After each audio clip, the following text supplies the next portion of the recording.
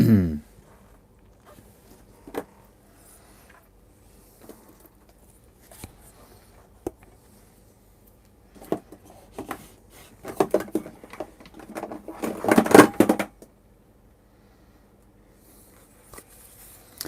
Michael, how are you?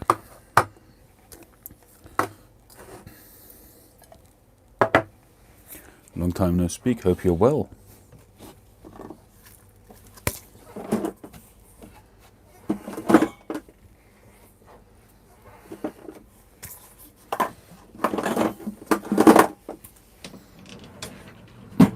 Hey Brett, welcome aboard.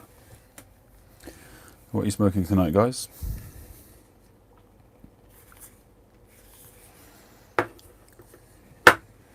Hi Tim.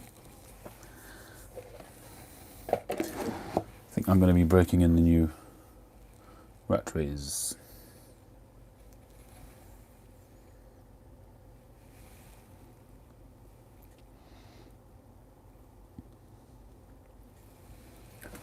RB, is that Reaver or what's RB?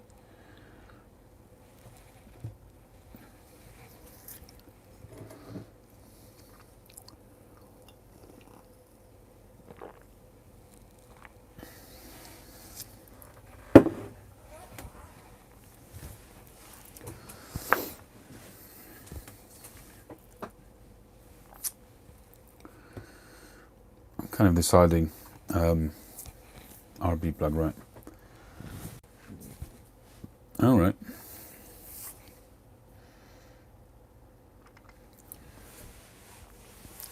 I never really got into Downton Abbey, to be honest. I'm trying to decide what to smoke in this Rattrays. I got a bunch of tobacco you may have seen. Thank you, Edward. Appreciate that.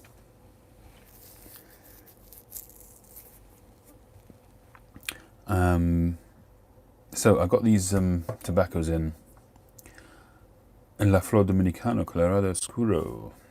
Very nice. Not sure if I've had that one. Number 2, can't be beaten. What? Number 2 as in your second one? Or a Monte Cristo number 2?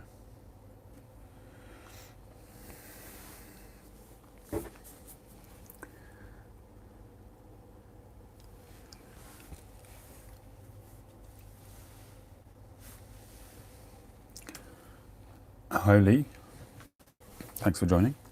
So as I was saying, I don't know if you guys are on IG. There's a guy there called Sapient Smoke. I think he's on YouTube as well. But anyway, he put up some stuff for sale, and I purchased it. One of them was this pipe, this gorgeous Boswell wizard-shaped pipe, which I'm going to be at some point. It's got a lovely plateau on the back. I'm going to get somebody to, probably Ian Walker, to make me a filtered version of this to duplicate it in terms of the look, but just to make it 9mm. And with that, I got a bunch of tobaccos, and so I'm kind of wanting to break in this Rattrays, but I'm just not quite sure which tobacco. I'm not sure if I've had, hi Joe, I'm not sure if I've had Navy Cavendish.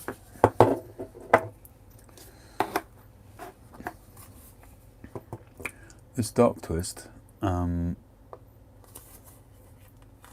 this is from 2012, so that's going to have some nice age on that, 6 years. I'm really quite curious about this one. Let's have a quick look and see what it is.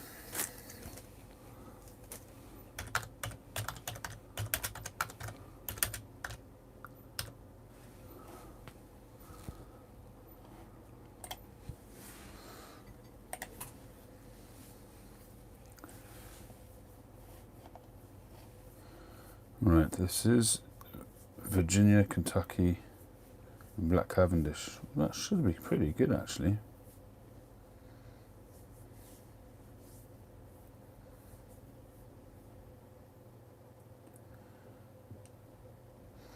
Right. Right, I have actually seen, I think it's Per, whatever his name is, the head guy, Per Jansen, is it, or something like that. I have seen him talking about this one. I think there's 2 coins of Virginia to each one, which has a Kentucky center, which is going to be spicy.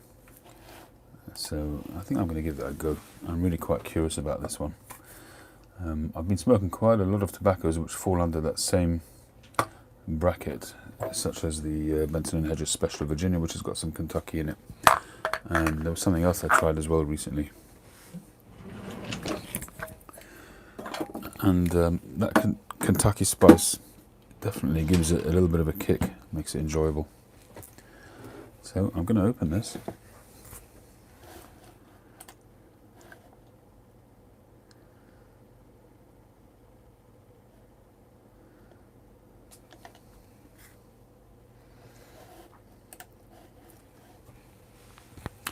Yeah, I expect so, and if it really is good, then I'll probably, I keep saying this, and the truth of the matter is I've got too much tobacco, but I think if it's something which I really do like, I might get a few tins just to age. Because a few of the McBaron stuff, because I could never take this stuff without a filter, it was too bitey, I never really invested in McBaron. I never put anything aside. So whenever I found a tin, it was usually with some age, enjoyed it, and then found that it's no longer available. So like the mature Virginia is no longer available. I had a really, that tin was not a huge age, but it had a few years on it, but it was just delicious. I still have a little bit left. Hi Morgan. Tree, how you doing?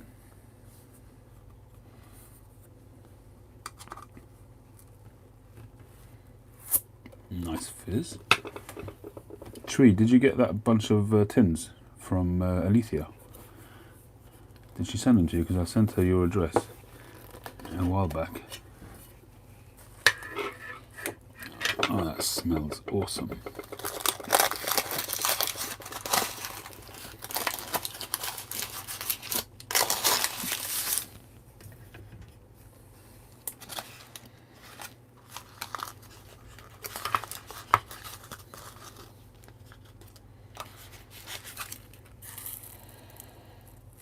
It's got a fantastic fruity aroma, but it's quite an apricot-y kind of aroma. Really nice, sweet, stewed fruit. It's what my grandmother used to call a compote, which is a bowl of stewed fruit, basically.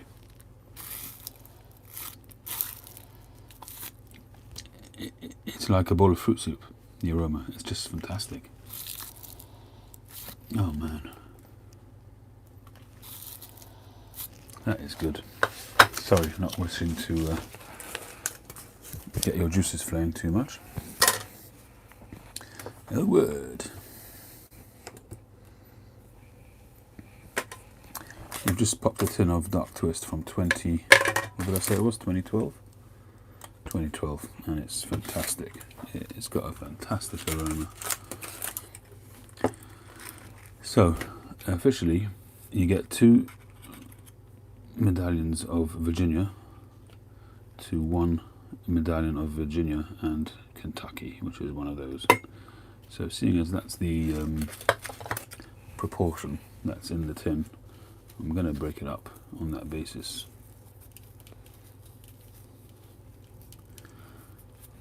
So I'm not rubbing it out completely, I'm just smushing it together enough to break it up to allow air to pass through, and just pop it straight in.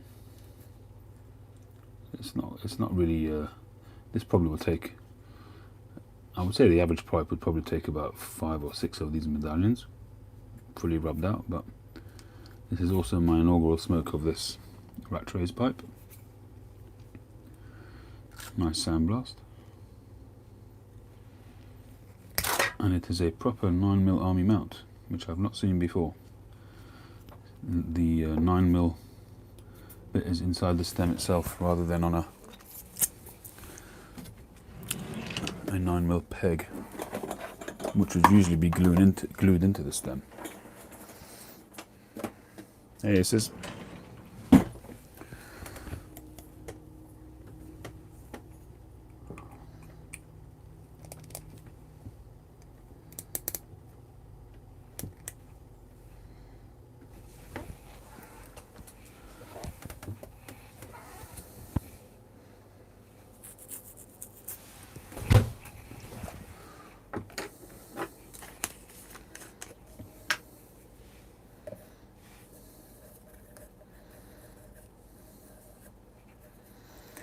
The bearded Welshman is in the house. Welcome.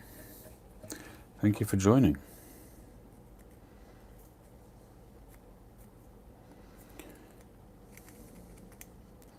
So tonight, two firsts. We're having the inaugural smoke in the Rattrays, and we're smoking an aged tin of McBaron Dark Twist roll cake. We'll see what it's all about.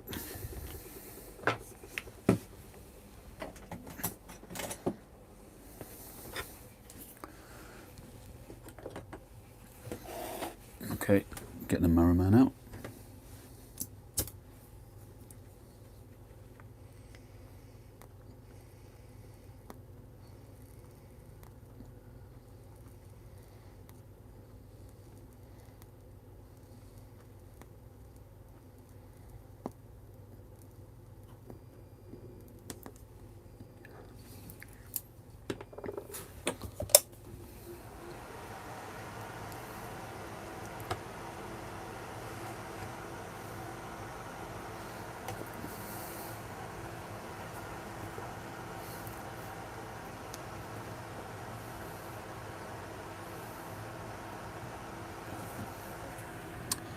So what's everybody been up to today?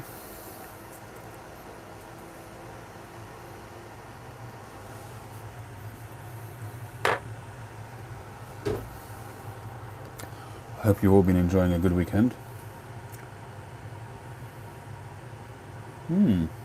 Morgan, well done.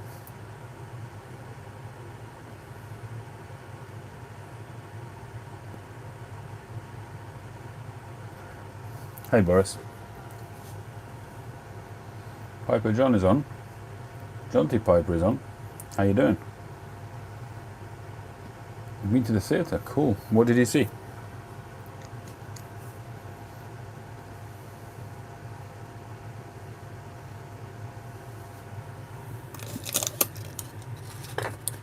You can't beat a Boswell pipe, I must be honest with you.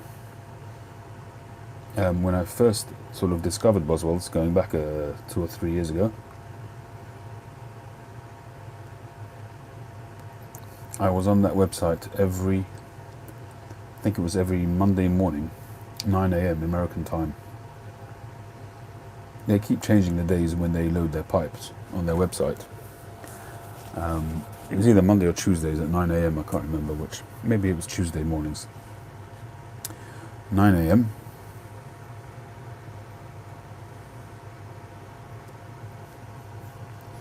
And for us, 9 AM was, well, still is, 2 PM.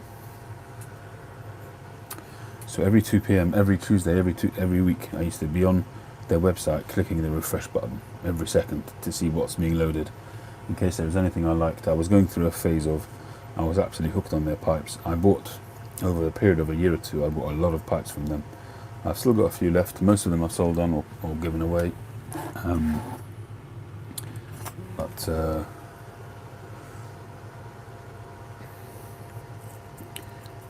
there are a couple which I've kept. Well, there's more than a couple. I've probably got about 4 or 5 still. But there's 1 or 2 which I would have back if I see. At the time I didn't kind of have the access to get my pipes converted to 9mm, but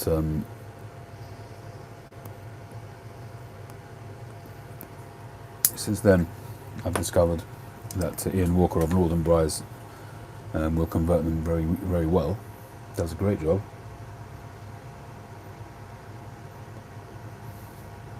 And takes a bit of time, that's the only problem. I sent him 4 pipes about, I don't know, 3-4 months ago, and he still hasn't done them, because he's a busy man. He's busy doing shows and things like that. So he's been busy doing the 60th anniversary pipes, which no doubt you've seen.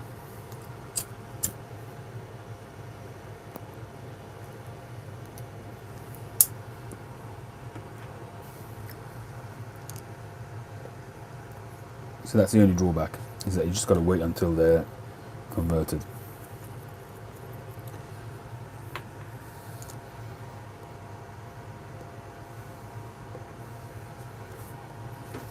I was lucky enough to snag this a few days ago on eBay. This is a 9mm saddle bit billiard. It looks pretty old. I don't know if any of you guys know, but this one, it says Dunhill shell, made in England, but no date. So, and the silver is not hallmarked. It just says 925 on it, which leads me to think that maybe it was added. I don't know. But I'm just wondering if this was predated before they used the dating system, which would make it pre-1960s. Yeah, Piper John, I only use 9mm now for that very reason. I mean, this tobacco that I'm smoking now, I would never have been able to smoke before. McBaron was McBite to me, and I couldn't smoke anything with which was Virginia Forward. And then moved to December 2017, my smoking world changed.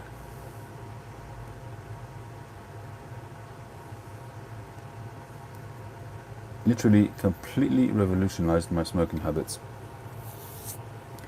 I would say that before that, 9 times out of 10 I would have been smoking an English blend, a Balkan blend, Northwoods, that kind of thing. Since that discovery of 9mm pipes, that's all I smoke is Virginia Forward blends, really. Occasionally I'll still smoke a Balkan, but generally speaking, and the odd aromatic, but generally speaking, it's all I smoke now. All of my pipes that are in my rotation are all 9mm. I would say in terms of 9mm pipes at the moment, my rotation is at about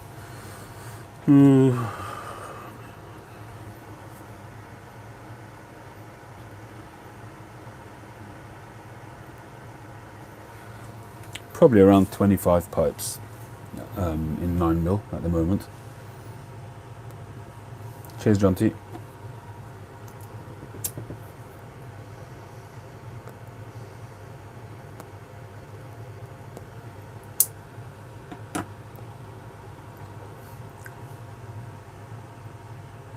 Well, I haven't really gone for 6mm, and truth be told, if I did, I'd have a lot more access to Savinelli, because I do like Savinelli pipes, and the majority of their pipes are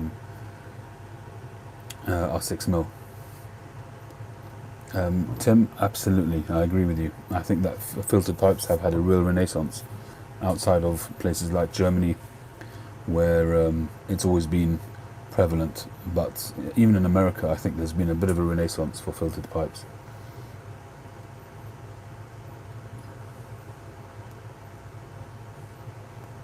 And I see that, for instance, in the Danish pipe shop. They carry a lot more filtered pipes than they used to.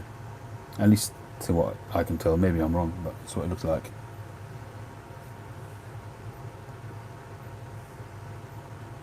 Yeah, Elwood.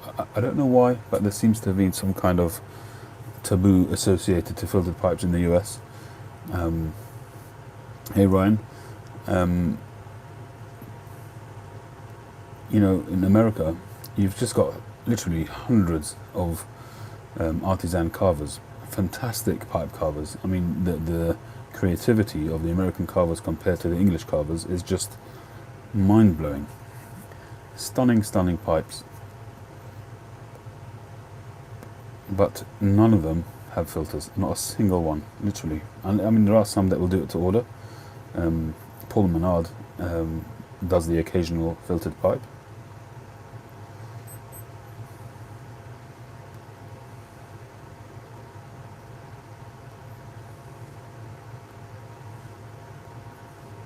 So the thing is with the 6mm, although you can get charcoal filters, I've heard or read that they have more of a restrictive effect than the 9mm ones. But I should really try it. There's no other way really to know other than trying it yourself. That's one thing I've discovered with pipe smoking and cigar smoking, is that we all have different experiences. And whilst it's good to get an indication by seeing what other people do, there's no Nothing like doing it yourself.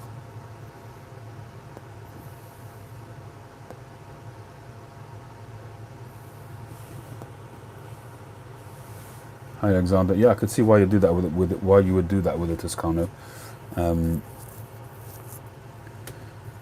But as you say, the main purpose of those Toscanos is that really that quite rustic flavour in there, which you may well.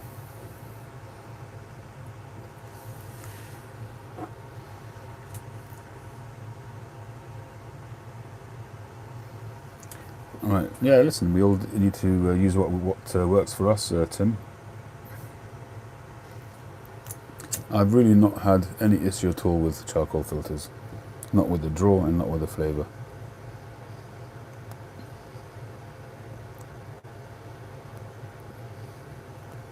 If anything, some tobaccos will taste better with a filter because it removes some of the harsh edge. That's what I've found.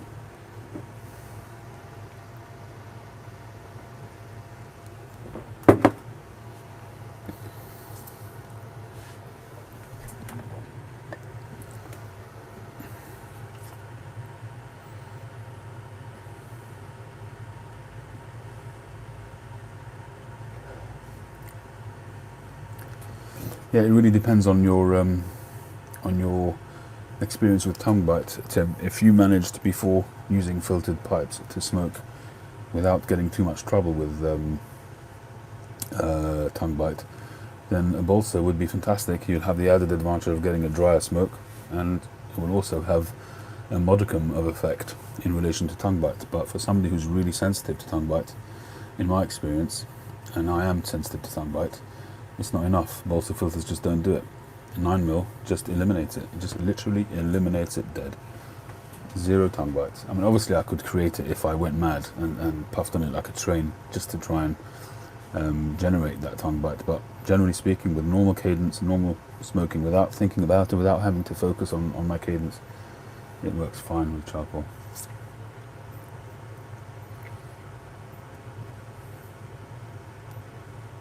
Absolutely, bearded Welshman, that's what you got to go for. You got to do what works for you. At the moment I'm smoking the Dr. Pearl Juniors, and that's pretty much what I've been smoking most of the time. It's the Vaughan Dr. Pearl Juniors with active charcoal. I've smoked the others. I've smoked Peterson, I've smoked various different ones. I can't remember which one. I had one which I didn't like, but generally speaking, they were fine. This one is, let's get some focus. This one is, it's got, I think the ceramic on one end and plastic at the other end, and the plastic goes to the stem, and the ceramic end goes to the pipe.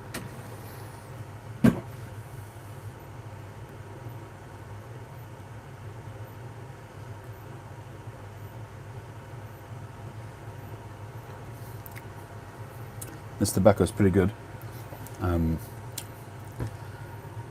I think the ratio of having 2 Virginia and 1 Kentucky is definitely holding back that spiciness, but it's going to be a bit difficult to have a real opinion, being that it's the first smoke of this pipe.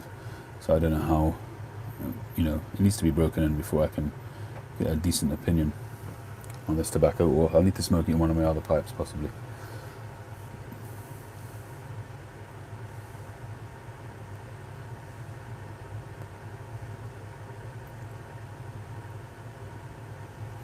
That's a very good price.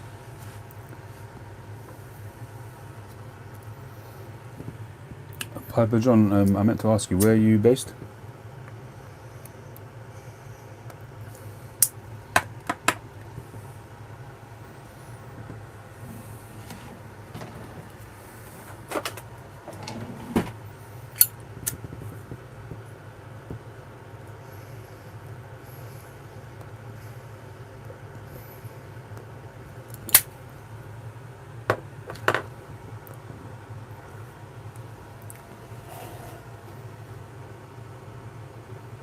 Oh, of course, yeah. Sorry. Yeah, sorry about that. You guys know my memory is disastrous. How did that first meet go, Tim, John?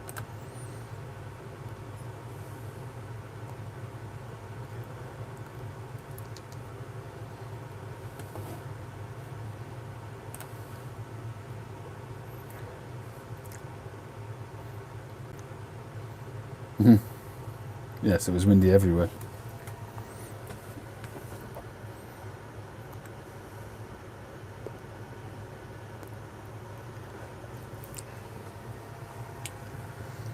Those of the Jewish persuasion are going to have a bit of a rough ride in the next few days, next week or so. Part of the festival that's coming up, the Sukkot festival, you spend a fair bit of time outdoors in a hut with a ramshackle roof made out of leaves. And that's a bit of a nightmare when it's windy and rainy.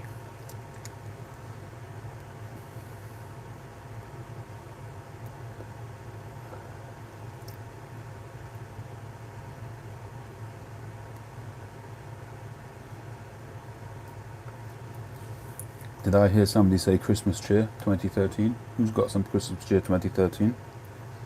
Own up.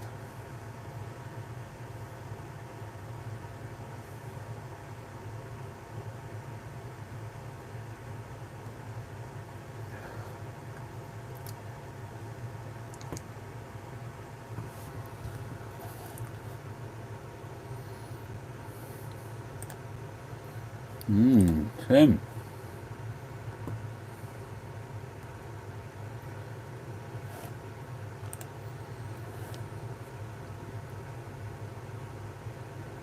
Where did you win that? Tim? Tim? Mel.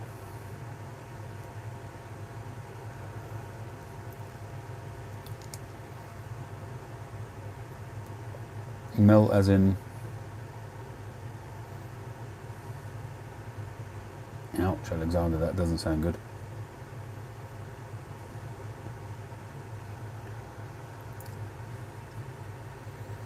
Garbage Man Piper. No, I don't know him. Cool. Very happy for you. Did you get a tin? Hey, Sandra, how you doing?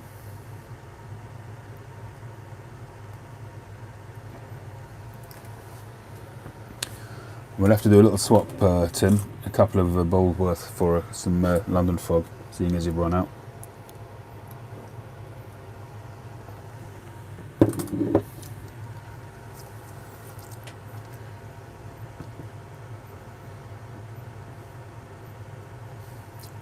See you soon.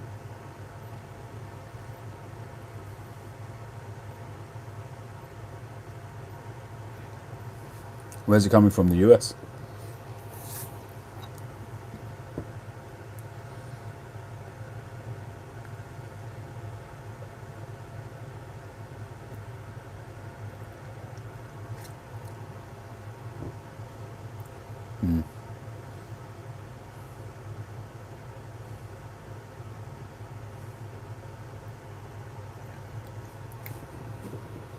Well, so far so good. Both with the pipe and the tobacco. Pipe's good, tobacco's good.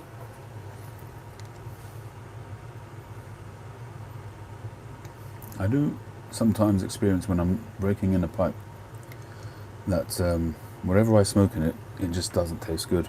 Sometimes some fresh pipes, absolutely, Tim, yeah. The description I've been using recently for US people sending me stuff is I ask them to make sure that they pack it real tight so that nothing shakes about, and then I ask them to list it as used books. So if it's going to be in a square box, used books works very well. Less likely to attract any attention.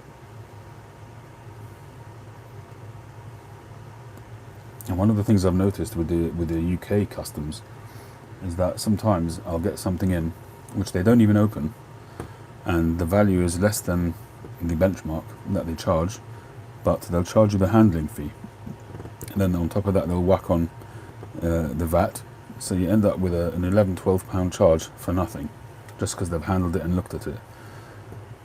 There's two key things with when you're getting a package in from the US. And one of them I've only discovered, kind of, say discovered, but thought about recently. So the first one is the value. The value needs to be less than, I think it's £25, but to be safe, you just make it under £20. So there's no income. They don't charge excise and duty on less than a certain amount, which is around £20–25. But the second thing is to write on it that it's used. Something that's used, they don't charge VAT on it, because it's not a new. You're not bringing in a product. You're not purchasing a product. Obviously, it needs to be declared as a gift. So a used gift, and you should be good.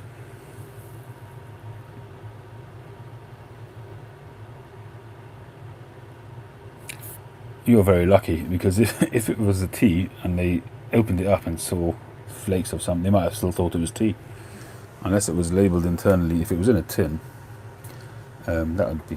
I don't know how they'd get away with that, but yeah, you're lucky, Elwood.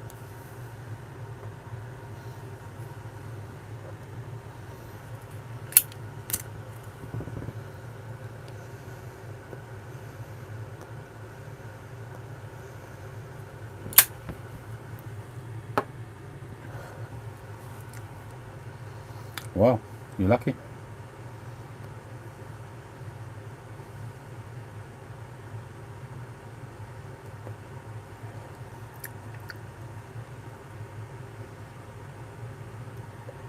I've got to say, aged Virginia from McBaron is really good. So far, the aged Virginias from McBaron that I've had have all been excellent. They've got a real great sort of stewed fruit kind of flavour to the sweetness.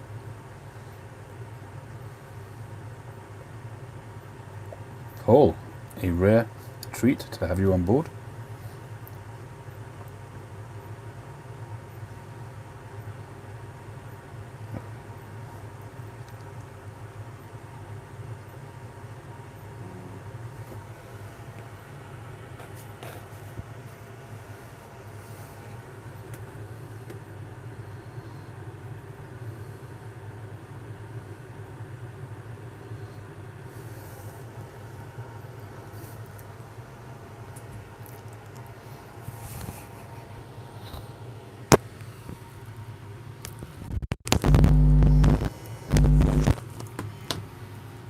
Guys, I've just got to pop out the room for a minute and take a phone call. Please excuse me. I apologise profusely, but it's my mum, so I have to answer it.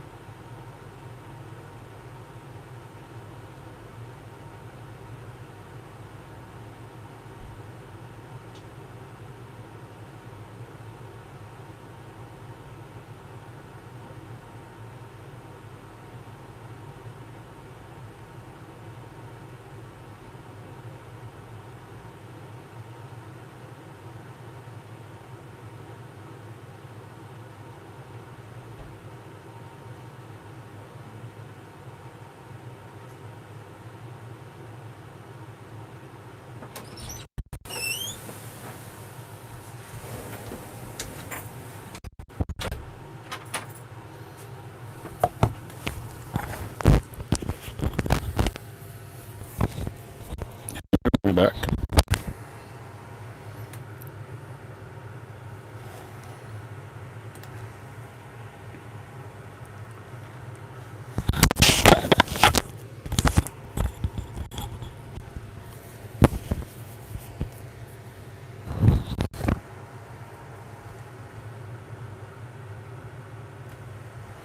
Thank you, Ryan. It's nice to be wanted. Right, where's my lighter? So what's been going on while I was out?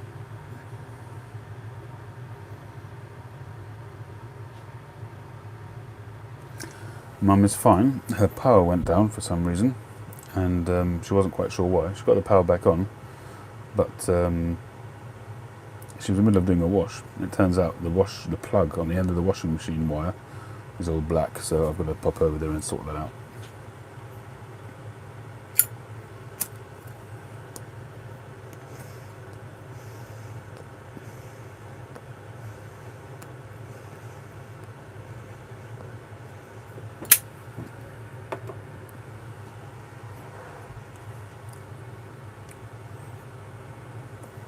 I was going to talk about something before and I've completely forgotten what it was.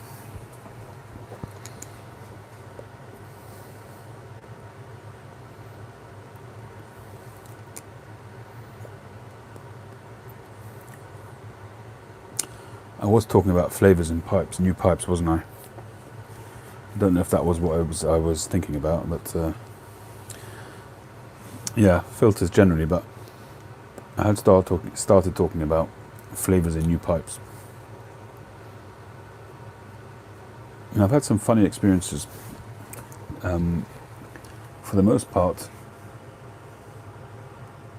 Nirup pipes have tasted very good, especially that Bulldog that I smoked London Fog in. That was fantastic from the first smoke. There it is.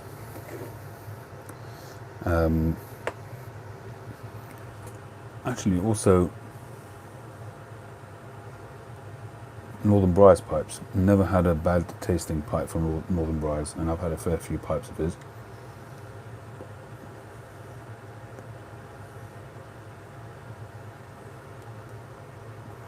What, the pipe was made of rosewood, Alexander?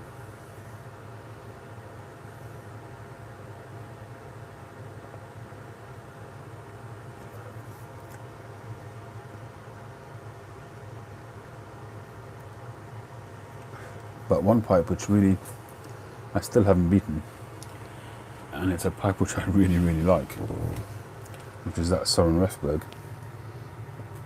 This one here. I just adore the shape of it and that sort of light coloured band, which gives a great contrast. And I still can't get the better of it. I just don't enjoy the flavour of this pipe.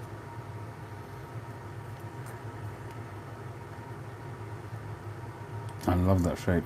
I just love this little connection here, this junction here, which is very important on a brandy.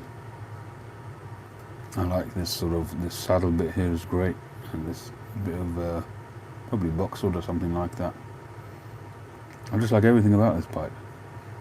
But when I got it, I'd read an article by Gregory Pease a while back in Pipe and Tobacco magazine, and he talked about a pipe that also just wasn't bending to his will, and his method was, or somebody that he'd spoken to, possibly one of his smoking mentors, if you like, was that he would smoke the pipe continuously for 3 weeks, and just break its will that way.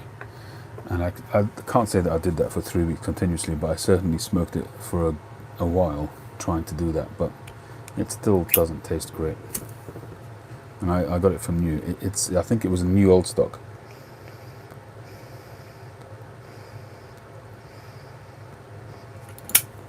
It's something I've been a little bit upset about with the Danish Pipe Shop, because they've been selling a bunch of Soren's old stock pipes. I think they're slowly going through lots of briar blocks which perhaps he'd started on, or some pipes which he'd made which he wasn't happy selling.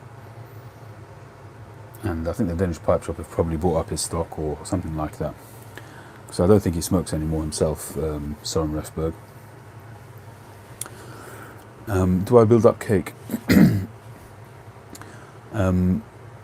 Most of my pipes have got a very thin carbon layer. I don't get to a stage where I'm getting a build-up of, you see some of the old... Yes, I did the honey... on that one, maybe not, because it's pre-carbonized. I did do it on this one, on the one I've just broken in, and that's why I prefer now, if I can, to get naked bowled pipes when I buy a new pipe. So the Northern Briars 60th anniversaries, which I just got, I asked him not to coat them, and he does coat his bowls as standard, but I asked him not to coat them. I haven't smoked them yet. Can't quite bring myself to smoke them because they're just such gorgeous pipes. I haven't even looked at them since I got them. I opened them up, did a video, and that was it. So I'm really not sure if I'm going to smoke one of them, or both of them, or none of them. Haven't made up my mind.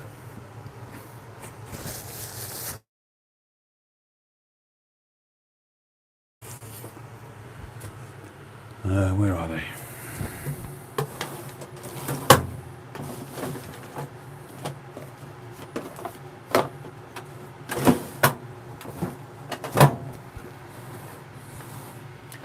Gotta remember what I've done with them. One sec.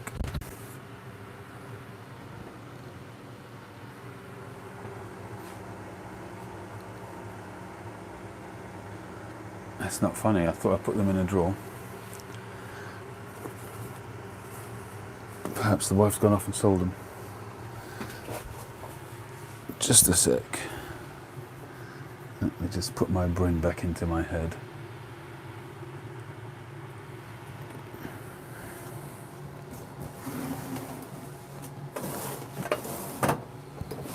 Here we are. I put them in a drawer which I don't usually put pipes into. Hello, Josh. Now, Ryan, now you're making me jealous. With all the pipes that I've got, Castello is still on my list, on my wish list. And the only reason why I haven't got one yet is because they don't do a filtered pipe. I even went to the length of phoning Castello up in Italy. I spoke to them there, and they do not do a filtered pipe. And the only way I'm going to get one is by buying one which has got a decent girth on the shank and having it converted. The drawback with pipes like that is that you risk, especially with an artisan pipe, is that you risk changing and altering the mechanics of the pipe, the way the pipe's going to smoke. So I wouldn't do it on a pipe which is going to cost £400 or £500 from an artisan carver, who's got a particular way he drills his pipes. Where when you're paying, that's always the difference between a £100 pipe or $100 pipe or $150 pipe, even a $200 pipe, compared to a $600, $700, $800 pipe or pound pipe.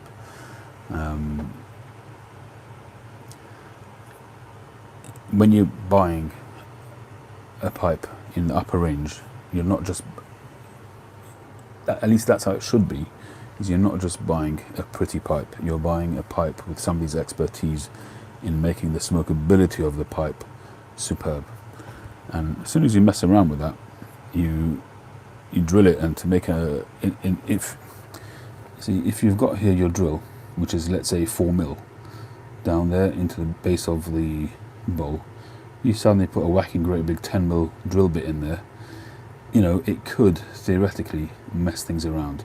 The connection between the end of the draft hole to the stem, the end of the stem. Some people fan, some people countersink the end of the stem where it goes in. If it's a mortise and tenon, how that fits in. You drill a great big hole in it, and also don't forget that when you drill for a filter, you're not drilling 9mm, you're drilling 10 or 11mm, because you have to be able to get the filter in and out. If you drill 9mm, you're not getting your filter in. A lot of times I have to wrap something around my filter to stop it rattling around in there. So you're just going to possibly alter the smokability. So to do that to a $700-800 pipe is just, it's a crazy thing to do. So either you order a pipe which is made with 9mm from the beginning, or you convert a cheaper pipe. That's my philosophy at the moment.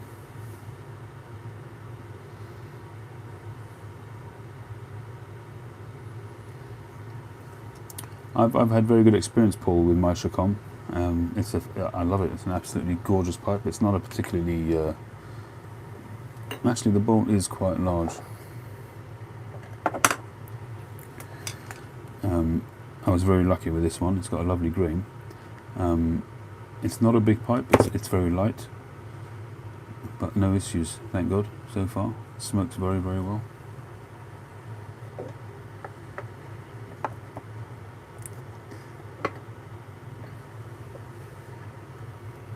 Where was I?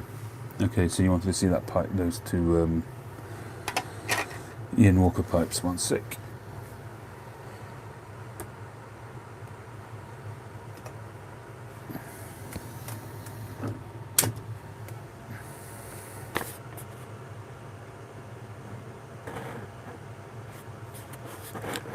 I haven't smoked a Mr. Brogno, but some of the Polish pipes are very similar. Some of the ones that I have.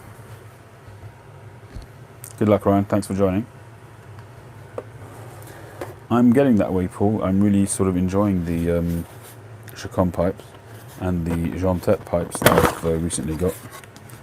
Really been quite a revelation, and a lot of them are really quite economical.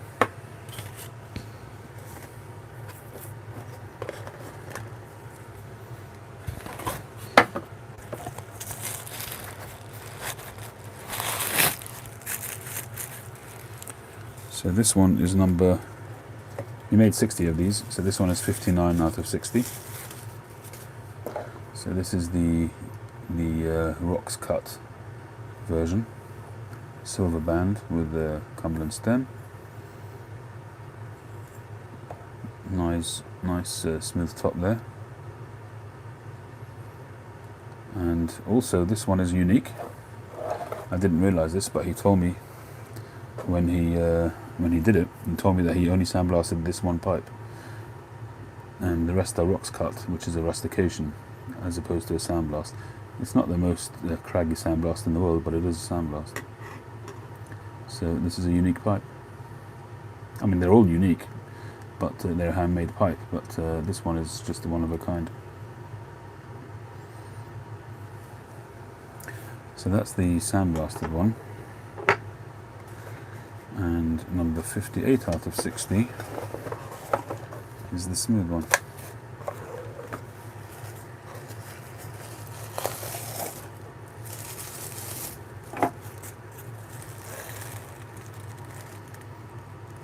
Very, very nice grain on this one.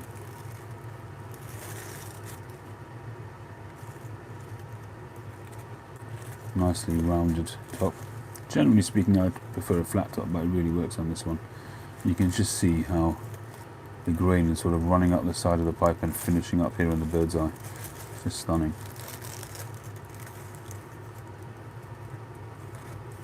It's a nice continuation of the grain there on the shank.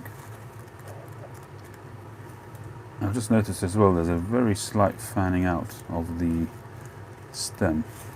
It goes slightly, very slightly wider than into the saddle bit.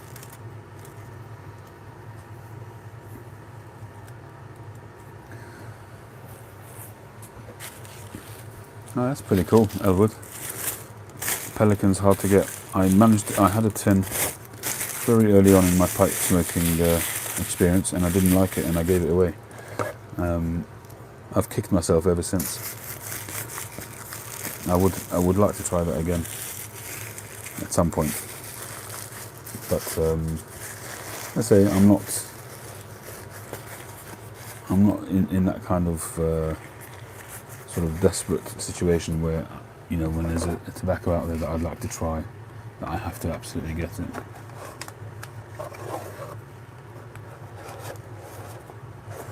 Yes, they're 9mm. When he announced that he was doing his limited 60 pipe run, he'd already been doing quite a few custom pipes for me, and he was happy to take those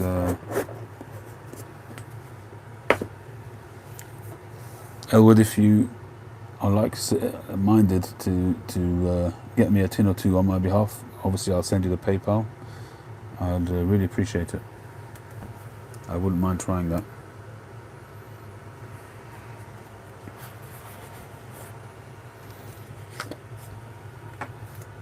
Would you get me one? Oh, you've just bought one, so you can't get another one. Is that what you're saying?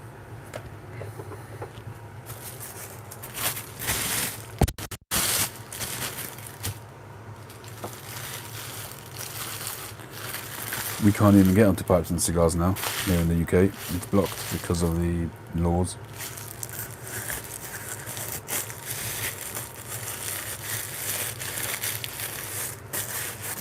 Well, if anybody else is still on that's willing to do that for me, I would be most grateful.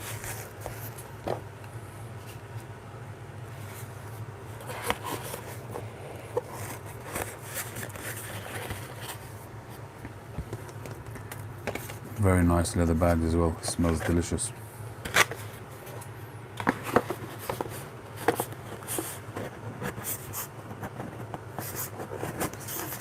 Bodie Crocker, welcome. I think it's the first time you've said hello. Elwood Maker says that pipes and cigars have got some pelican, which is not going to help you because you're in the UK, you're not going to be able to get it. Pipes and Cigars, Bearded Welshman, they've got some pelican on at the moment apparently in stock. Apparently it's 1 tin per customer.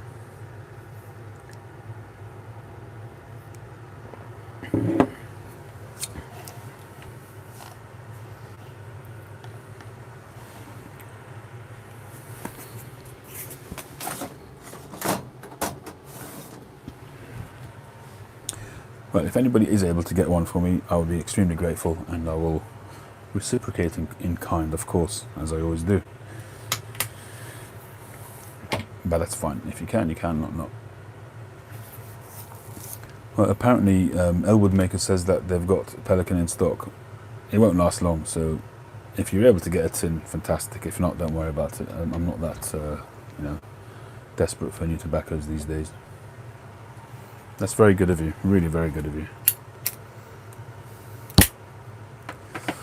Alright, I'm going to move on to a different tobacco. This one's done.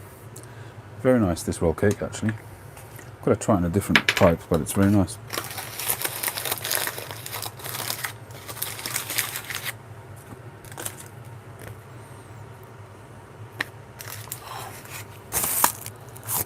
Oh, that aroma is fantastic.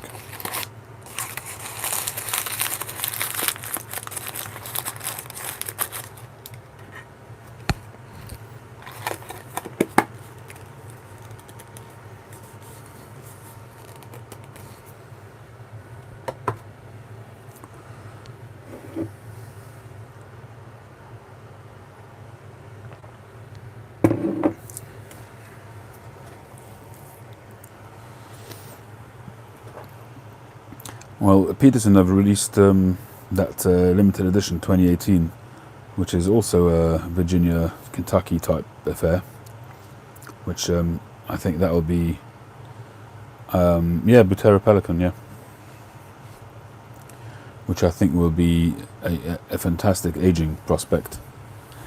It tastes nice as it is, but for me it misses a little bit of sweetness. It needs a little bit more sweetness, but it's a nice blend. It's a rare, natural tobacco from Peterson.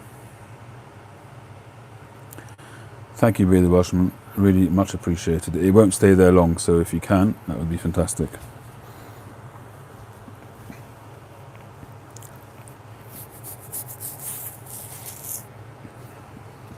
Thank you. I don't know, I just, after experiencing the McClelland Christmas cheers, it's, I know I go on about it, but they are something special, really. But I guess it's everybody has their own palates.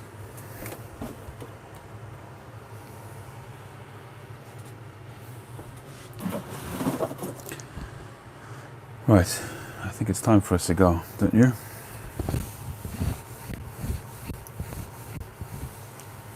Cigar, anyone?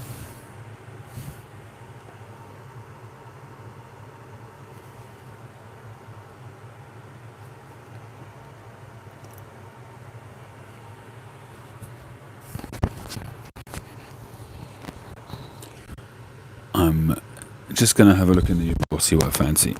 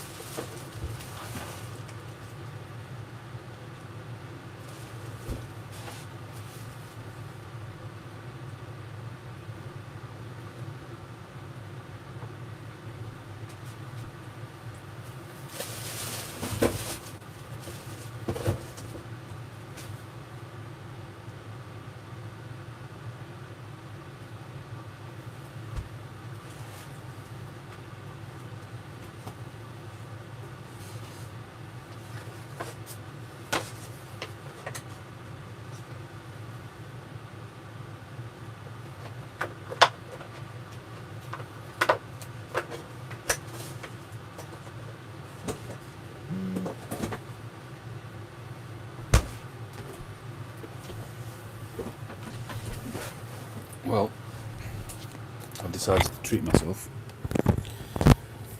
I've only got one of these, and it's got to be smoked at some point.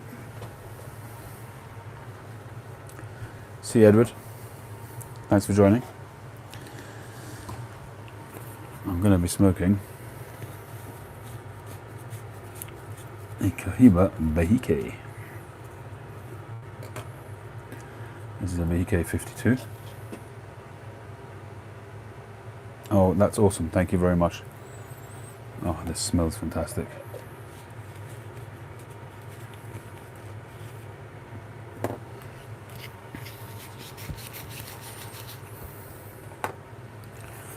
Paul, get in touch with me. I can get that ordered for you.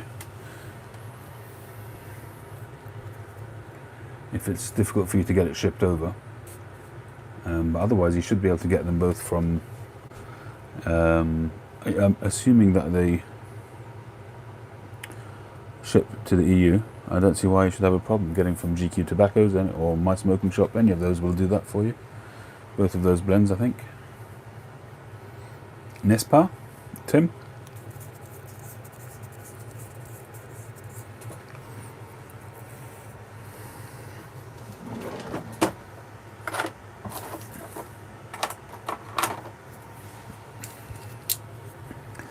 It's been a while since I've smoked a Behike.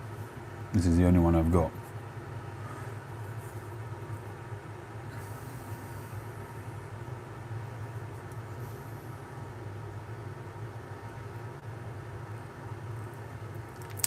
And I've had a bit of a mixed bag with Behikes. The first one I ever had, the draw on it's fantastic. Great draw.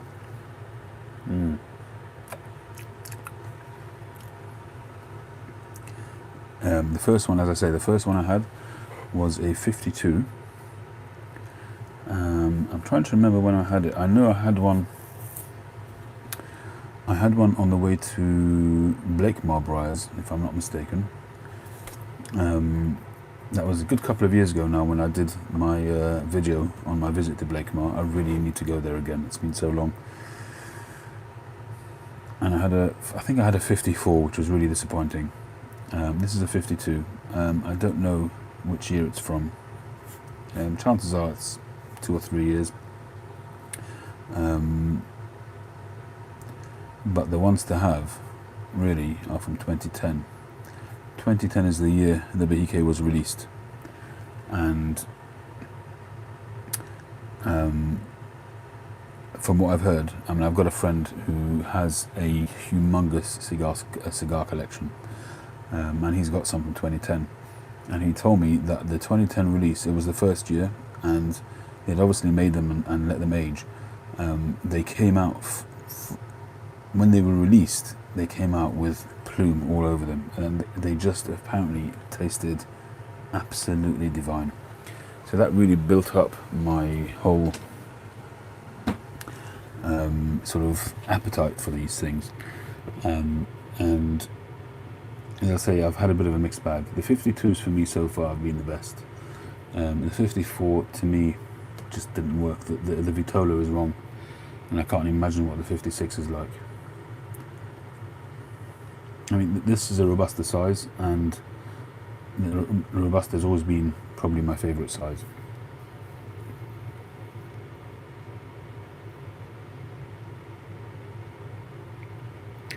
Paul, that's absolutely fine.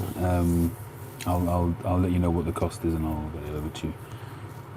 You've got my email address, I'm sure. Just to remind me your address, please. Drop me a quick email with your address.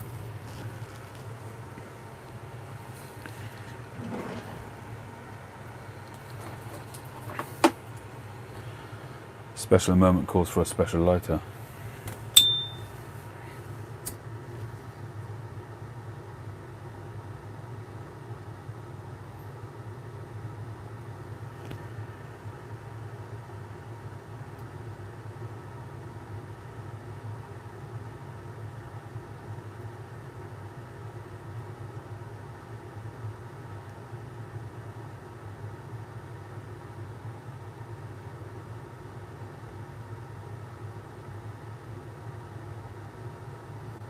That's already smelling great.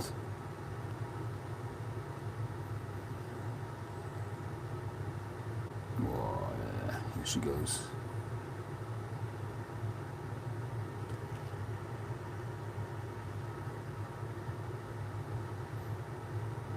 Well, I'm not reviewing it, I'm smoking it now. There's already a review, I think there's one on my channel somewhere. But I'll certainly describe it as we go along.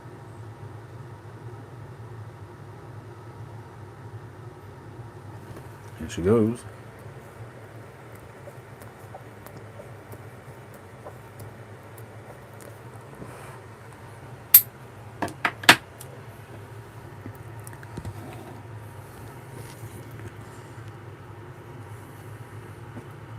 We certainly will give you some tasting notes.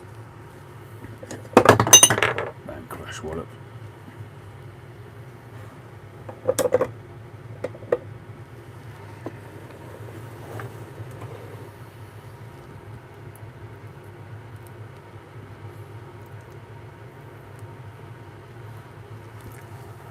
We'll give it a minute to settle down.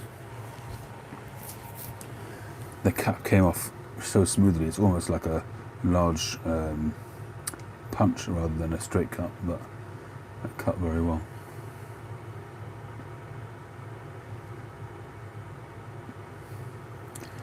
Well, I'll tell you what, Tim,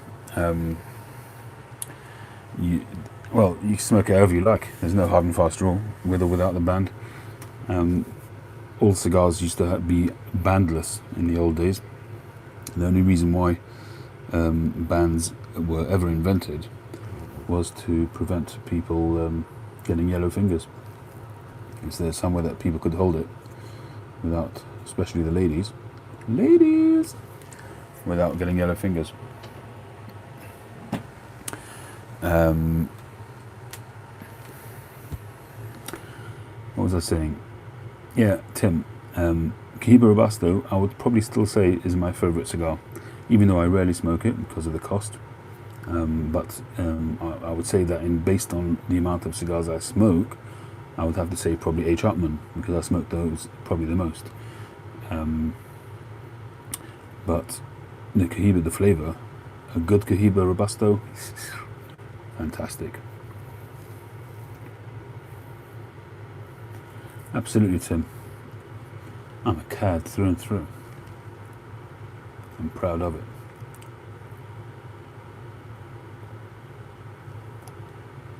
Alexander, I'm afraid it does. I'm going to say it straight. You cannot compare a Nicaraguan, especially a bundle cigar. I'm not dissing your cigar tastes or anything like that, but how long have you had them, Tim?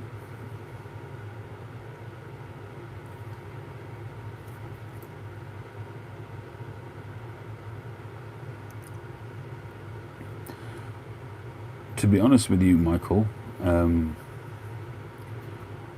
there's a lot of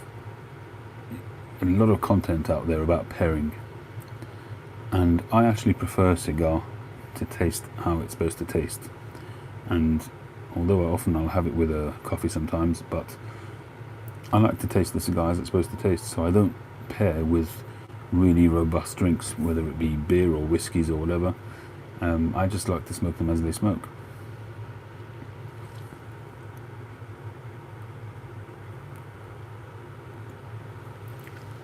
Yeah, that's true. That's quite a common one for me as well. It's some Earl Grey tea. Josh?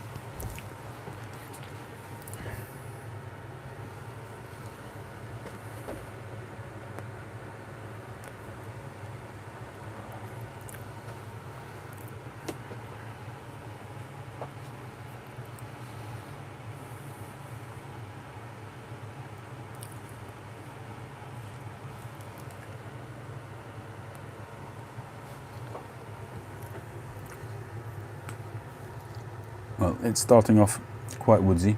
There's already a little bit of tang there.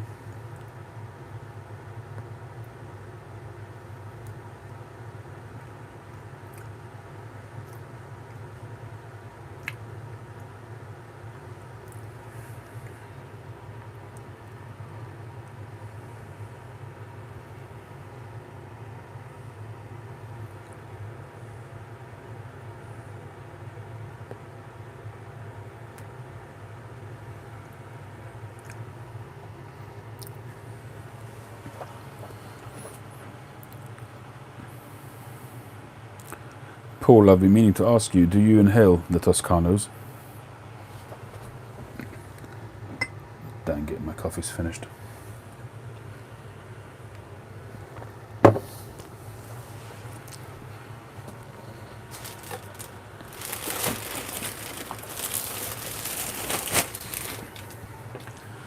I've said this many times, a great drink to have with a cigar as a cleanser. Diet Coke.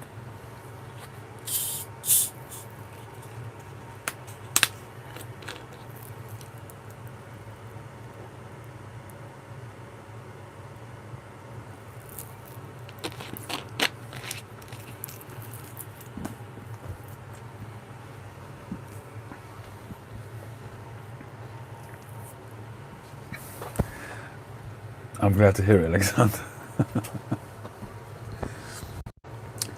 I meant you no ill. Please don't take offense. Just yanking your chain.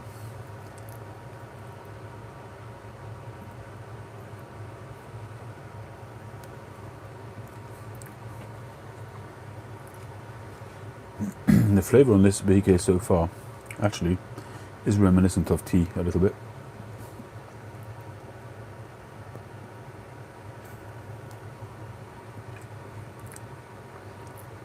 Pretty mild so far.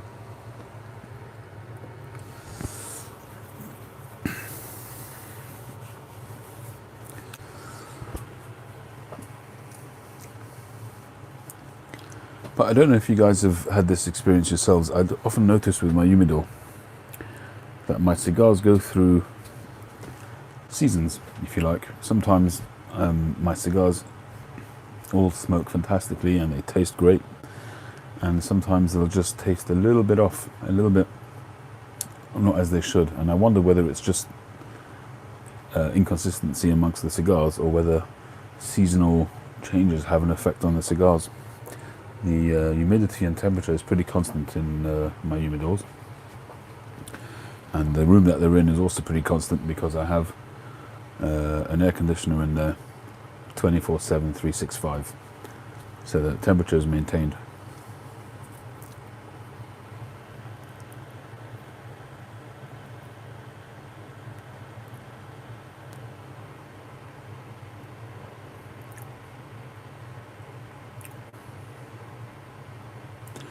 Yeah, you're probably right, Michael. Ryan, I hear some good things about the Friedberg and Rattrays flakes.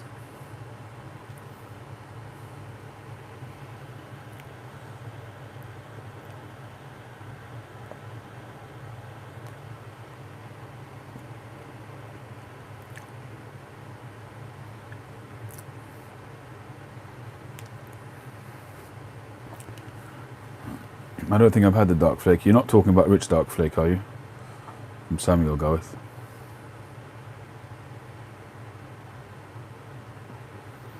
I had a bowl of that the other day with no ill effects.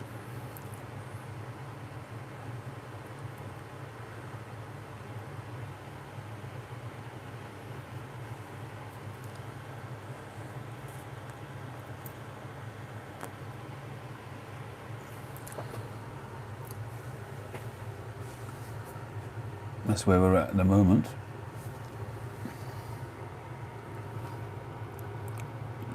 Building very nicely, nice, good straight line.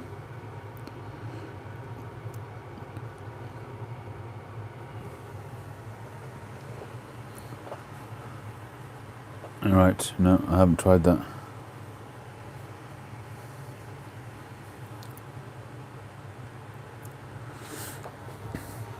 Look, when you get into the Bahike sort of realm of things, it's an exclusive cigar, and you know they use the best leaf, the best rollers. I mean, just look at the shape of the cigar, the cleanliness of the wrapper, and that's really what takes you straight away. When you look at a box of Bahikes, and I've never had a box, but when you look in a shop, when you see a box or online, you see a picture of a box of Bahikes, what strikes you most is the visual aspect of it.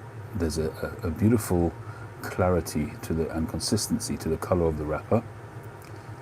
It's pretty much a claro, maybe the slightest shade darker than a traditional claro color, but it's pretty much claro. But it's it gives the impression of being very, very smooth. There's a little bit of an oily sheen to it, not a great deal, but it's just the visual aspect of it is just very attractive. And internally, the combustion is fantastic. You know, I've not had a badly constructed Bahike, and they only give it to the elite, most experienced rollers to construct these, and you can see it. It absolutely, it's just so consistent, that shape, you know, all the way through. It's just like a perfect tube, and it's smooth. There's no rough bumps or anything like that, and that's what you're paying for. Yeah, you can see the quality, John, absolutely. Is it really, Morgan? Cool, I've got to tell Izzy, because he's been after that.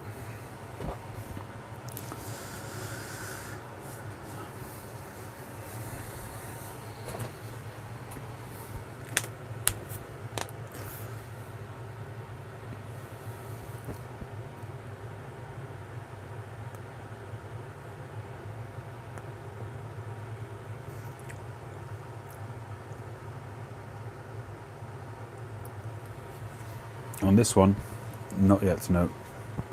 On the, which cigar was it recently that I did?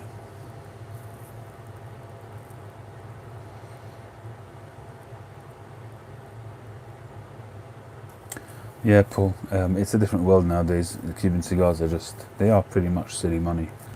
Even in Europe, where they're sometimes almost half the cost that they are here in the UK, they're still not a cheap thing. It's still a luxury item. And I do find that I'm smoking them less than I used to because of the cost, or at least I'm buying them less than I used to. And whereas, you know, every so often I would top up my humidor, and it would kind of stay at its capacity, if you like. There are some spaces appearing in my humidor.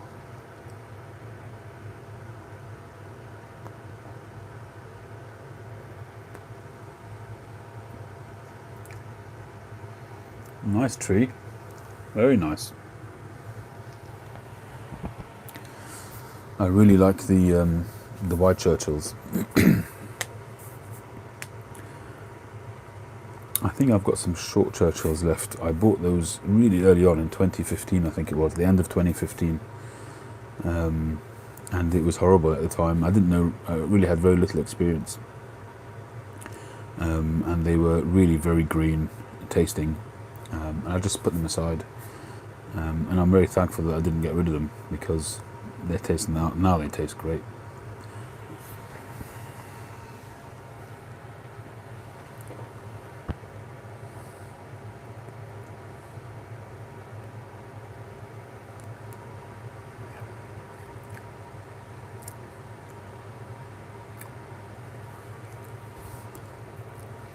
It's tasting quite, it's got quite a vegetable kind of taste now, like a tea-like taste.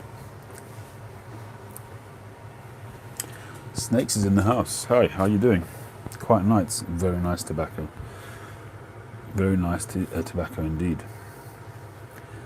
You've got a 5-inch one at the moment. That's probably either a short Churchill or a wide Churchill. What would you say is the ring gauge there, Piper John? Tree.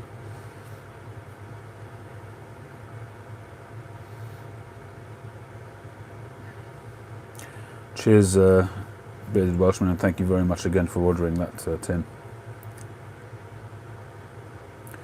Is he doing a gore on... he's doing a gore on his mugs, I think.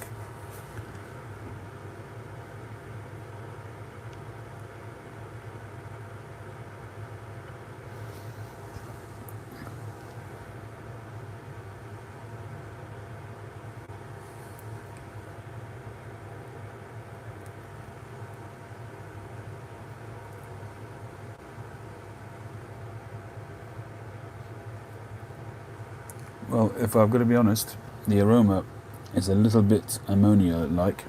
So I don't know how old this cigar is, so it's difficult for me to say. But I can't say that I'm getting baked goods at the moment. But I always find it hard to distinguish aromas when I'm sitting in the room smoking, whether it's pipe tobacco or cigar tobacco. And if I really want to get that aroma, I'll go out of the room and come back in, and then I can describe it. But you can see that that's building very nicely. Nice stacking going on. The ash is quite grey, which quite dark, which it's generally, the whiter the ash is an indication of good quality soil. The amount of additives they put in the soil, I don't know if it's sulfur or something like that, but that's generally a good indication of the quality of the soil.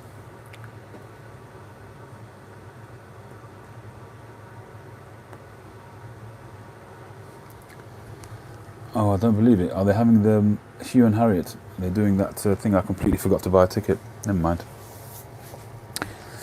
I was having a whole chat with her by email about it, about the there only being one pipe for the UK, and I think she said she was going to change it and put a second one in, but I completely forgot to buy a ticket. I feel like a right dork.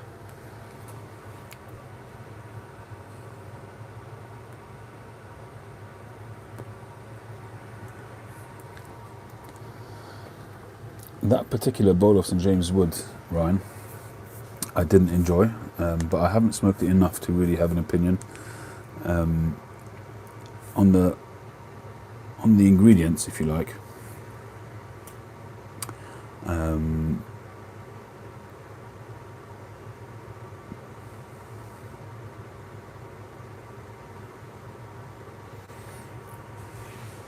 yeah, they got some great prizes on there. Yeah, so St James's Woods, I expected it to really be something cracking. I expected that sort of red Virginia flavour to be coming through together with which one was that? It must be going back a bit, that cigar rant, Dwight. I expected it to be fireworks. For me, a vapor is just an ideal kind of mix of flavours, the Virginia and the Perique, and it just didn't work for me. I just didn't get that fireworks. You can't base it on one smoke. You can't base anything on one smoke. I don't remember how many times I've smoked it, but I should really revisit that. I've got an open tin, and I think I've got another one in the cellar.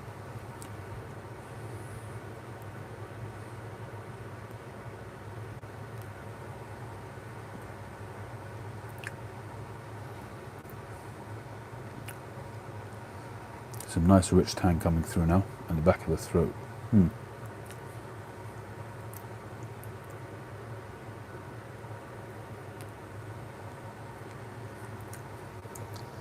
It's starting to come to life now, the cigar. Lots of smoke, really unctuous, thick smoke.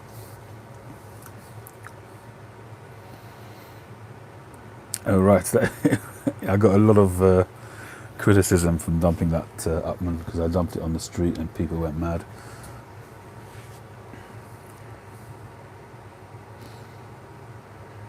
Cheers, Tim. Good night, Paul. Thanks for coming on. But I figured that throwing a cigar out wasn't the end of the world because it's organic. But since then, I haven't done that. I generally will keep it and then dispose of it responsibly.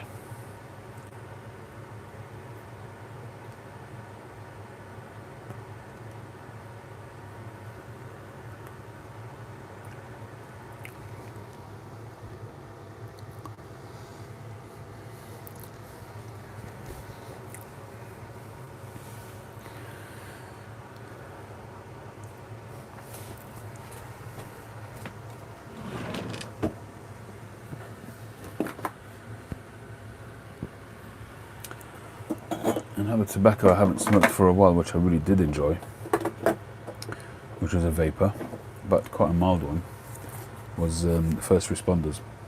If you guys like a vapor, and smooth vapor, try it. Rattrays, as far as I know, it's pronounced Rattray.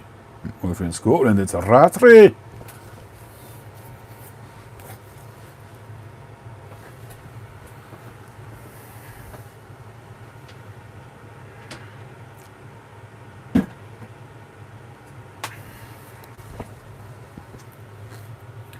This is some nice stuff. Cornell and Deal.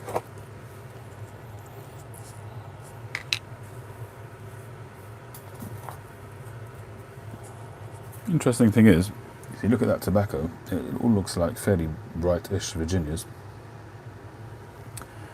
And I'm pretty sure it's a vapor.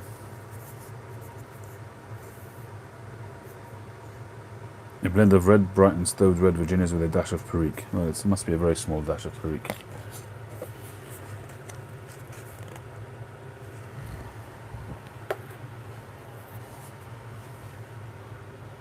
What, Rattrays?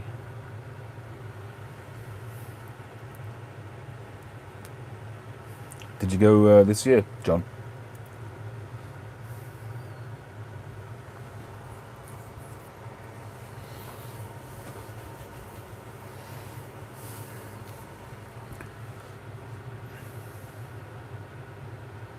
Oh, cool.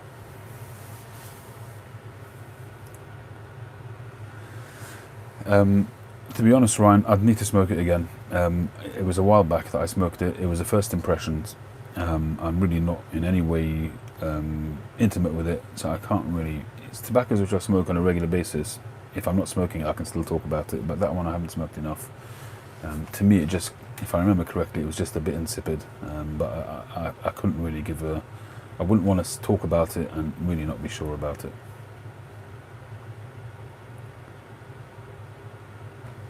Well, hopefully I'll be able to make it next year, so hopefully we'll meet up. Old Dirty Piper's in the house. Thank you for your recent comments on my videos.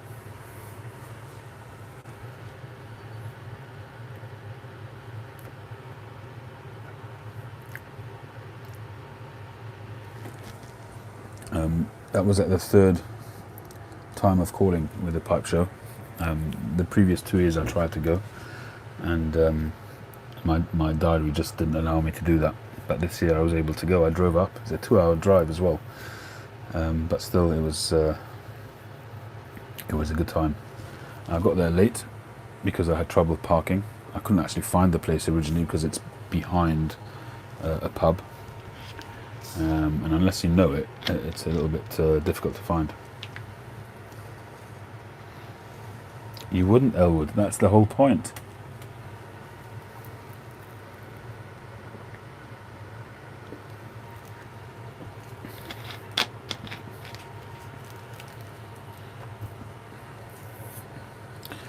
I would just come up to you and say, "Hey, Elwood, you know who I am?" And you'll say, "No." I'll say, "I'm Jason Dagner." You wouldn't know any difference, would you?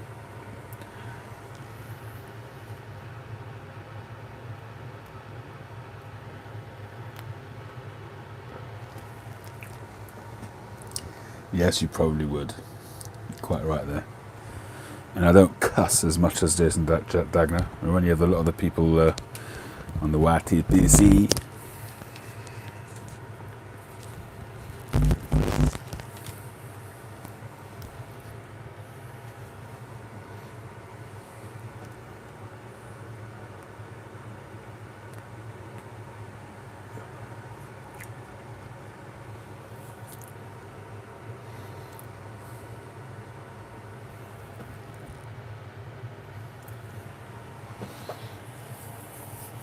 I don't swap my watches that much, Morgan. Thank you, John. Generally speaking, I wear... This is the watch. Some people have asked me to do that, but I kind of... You know, I don't know. I've been a bit funny about the whole watch thing, because there are some, especially on IG, you know, people post their pictures, which is kind of... There's the obligatory... all the man accessories, which is your watch, your cigar, your cutter, your lighter, and it's just not me. You know, I like to just, if it's a cigar, I like it to be a picture of the cigar. If it's a pipe, then of the pipe. You know, and that's what I'm about. My channel's always been about that. It's just straight, simple. It's not about showing off all my accessories, or any of my accessories. Not that I have that many anyway. But some people are into that. I'm into watches. I used to be really mad on watches before I came to pipes and cigars.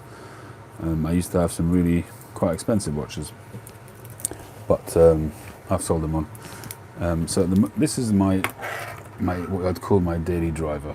This is a Seiko diver's watch, kinetic, and it's a lovely watch. It's really weighty, it's heavy, but as I say, I've been wearing it a long time, and it's stood up a lot of abuse, but one of the pins snapped, so I've got to get a new pin. So I've not been wearing it recently. So I've been wearing a TW Steel and a Casio. So this is the one I'm wearing at the moment. TW Steel with the doodah, the tankard kind of look. It's my wife bought me, I don't know how many years ago. It was either a birthday or anniversary, I don't remember. But it's a nice watch. It's a bit battered now, but it does the job nicely. And this is the other thing I've been wearing, which is a Casio. A nice little watch. Also does the job.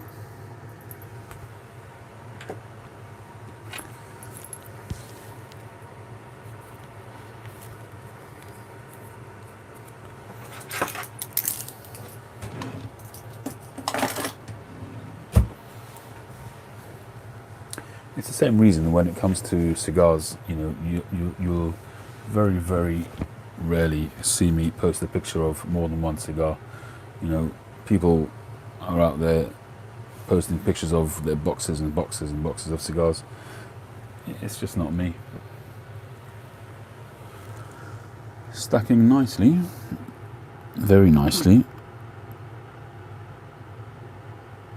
Burn line not as razor sharp as it was before.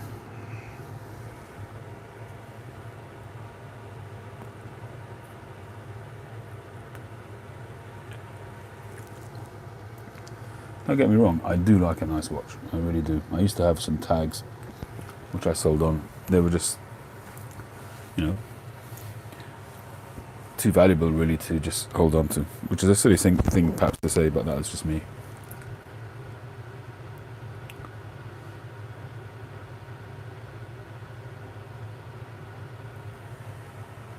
It is a Casio, yeah, G-Shock.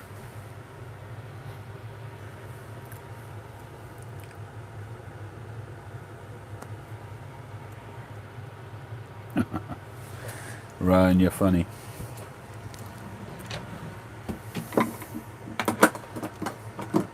I did just get a tin of something from Rattrays. I think it was brown Clooney possibly, or maybe it was Marlin Flake, I don't remember. But it's something which is going to be on a first impressions video very soon. No, it was all Gari.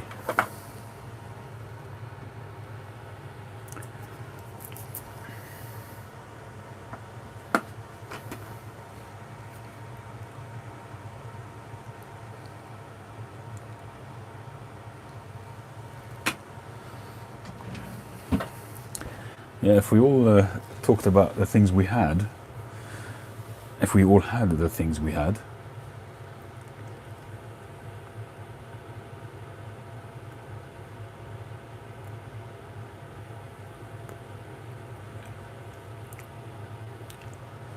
You know something, when it comes to Instagram and things like that, where people are posting pictures of their boxes of cigars, or Facebook, whenever it is, I think there's a huge percentage of them where they're just plagiarizing pictures. I don't believe half of the people who are posting pictures of Cohiba Reserva cigars, things like that, you know, boxes of cigars which cost £2,500 each. The vast majority of it is like, you know, everything on social media you have to take with a pinch of salt. Which is why I think that the YTPC in particular is... I have shown my face once or twice. I think once in a live view. Tim, you might have... well, you've seen my face because we've met.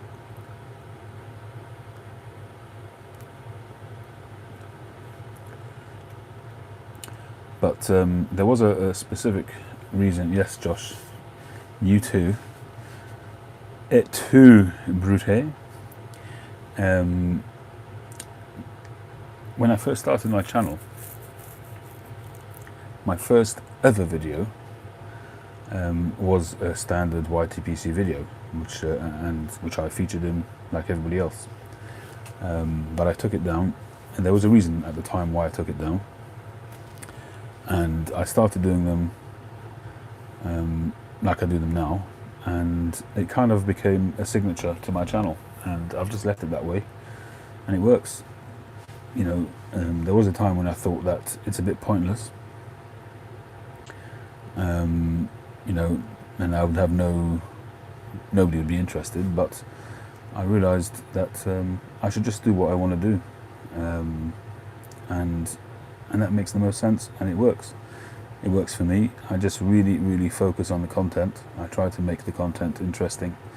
I try to really focus on whether it's a cigar, a pipe, or a tobacco. And that's how it's been, and it's worked. And people have often sort of asked me when they're starting new channels what they should speak about, and how they should generate subscribers and things like that. Obviously, giveaways is going to be a generator, but generally speaking, you know, there's an audience of millions and a potential audience of millions, and whatever content you put out, and even if it's not tobacco related, not YTPC, any topic at all, somewhere somebody in the world is going to be interested. So the thing to do is to do what interests you.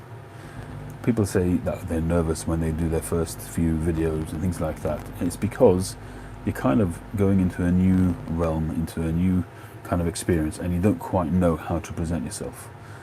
If you just present yourself, you don't have to be nervous. There's nothing to really worry about, because all you're doing is talking to yourself, not talking to the phone, and you're not talking to the audience.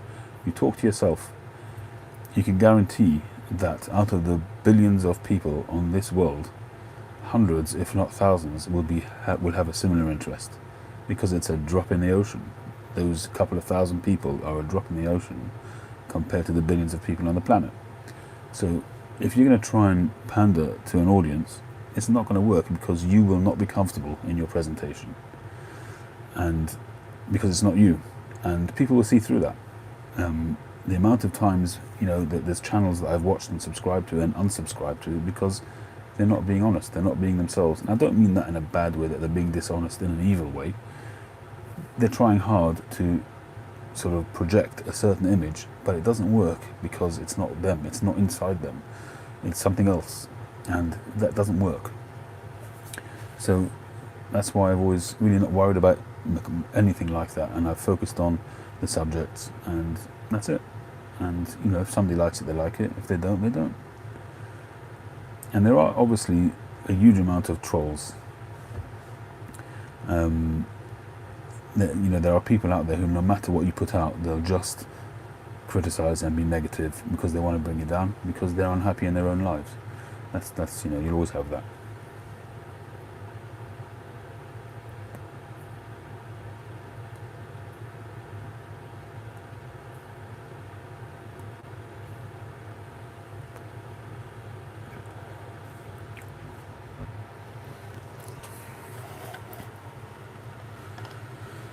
Email address, John, is boscopiperuk@gmail.com, which is my old handle.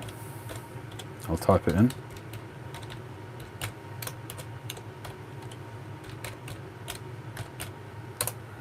There you go. Sandra, thank you very much as always. Enjoy your comments and your straightforward advice sometimes.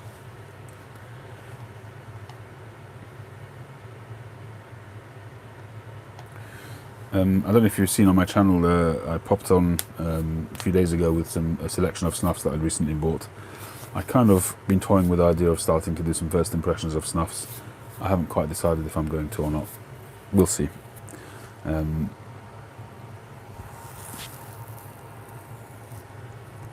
But I do imbibe a fair bit of snuff over the weekends. On Saturdays mainly. On Saturdays I don't smoke until nightfall for religious reasons. But snuff I can take. So usually on a Saturday I have a fair bit of snuff. Today I had quite a bit of Poshol, the blue box, which is my favourite at the moment.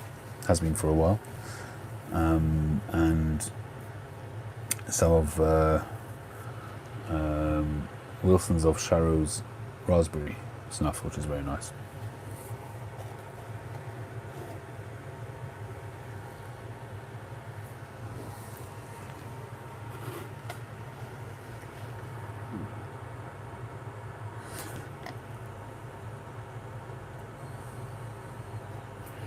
Yeah, Ryan, the desktop, it kind of evolves with time. This little stand is a recent addition. I got this on eBay for £10. This is made by Decatur, which I think is an American make, which was, I think, quite a prevalent smoking accessories make. The only problem I've got with this is that I can only put short pipes into it, because whoever made it made the distance between that and that very, very short. So a lot of my pipes I just can't get in. But it's fine, I keep my short pipes in there and it's fine. Does the job. And my main sort of daily drivers are on there.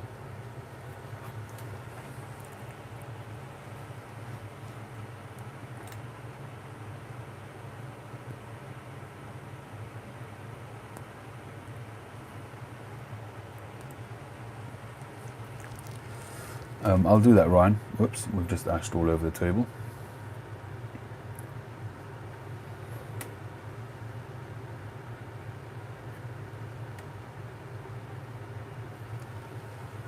Well, the Christmas cheer you won't get anywhere, Ryan. McClellan's are finished, they're done. As I'm sure you know. You can't buy this unless you buy it from somebody who happens to have old stock, but most people who have had any old stock have been searched out and bought. So, yeah, I'm afraid it did ash, and I didn't even get to see what it was looking like. And the St. James's Flake, yeah, I guess in America it's probably not the easiest to get. If you keep your eye out on social media, you will find every so often some McClellan tobacco out there.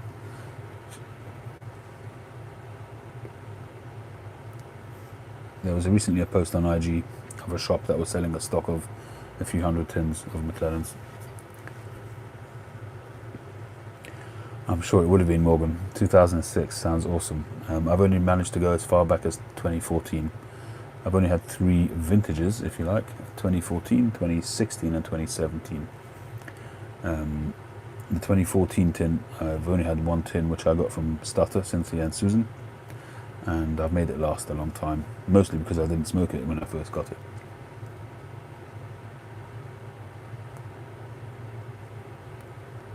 That dry toast snuff, is that by Sharrow's? Who is it by? Did you say it was Samuel Gowith or something? Somebody mentioned to me recently this dry toast snuff. I don't know who it was. But I'm going to have a look at that.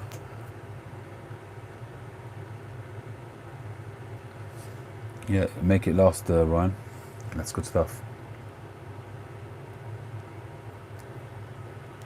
I'm really fortunate I managed to get a good few tins before it kind of all disappeared.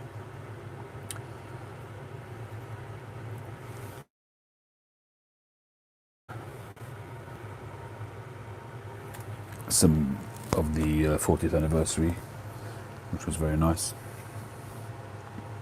I got a real surprise at the pipe show in Nottingham. Rawbills, who lives here now in the UK, as soon as I walked in, I don't know how he knew it was me, but he just came running straight after me holding up this tin of 40th, and he gave it to me. Really cool.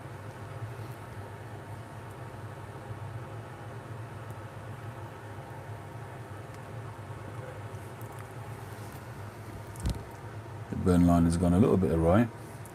I'm not going to touch it up as yet because a lot of good cigars catch up on their own. We'll see how it goes.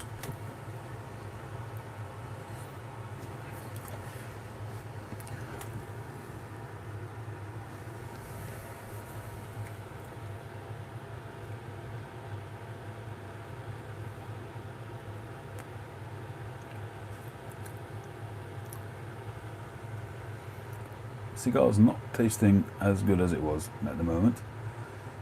I don't know if it's got to do with that burn line. Maybe there's a little bit of a deviation in the blend of tobaccos internally. Maybe there's been some deviation from the rolling,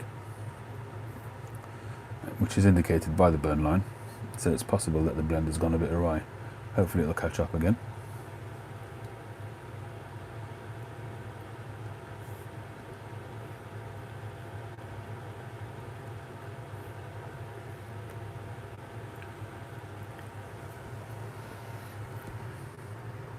Wow, we're nearly on 2 hours, I didn't realise. Whew.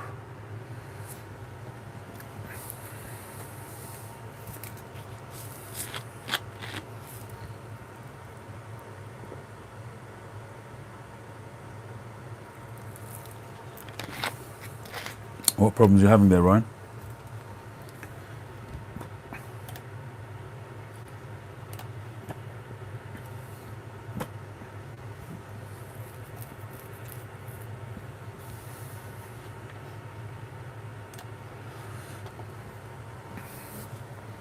Not as long as you might think, John.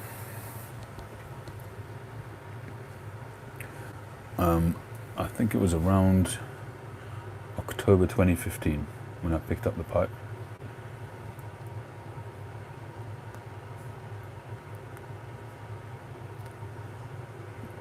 And I started dabbling with cigars about 3 or 4 months after that. Yay, Mike's in the house. How you doing, Mike? You missed a particularly good chat tonight, so far. Wow, 3 years, as in, that's not much, or 3 years, that's long.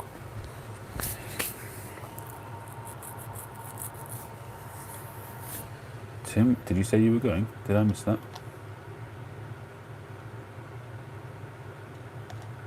No.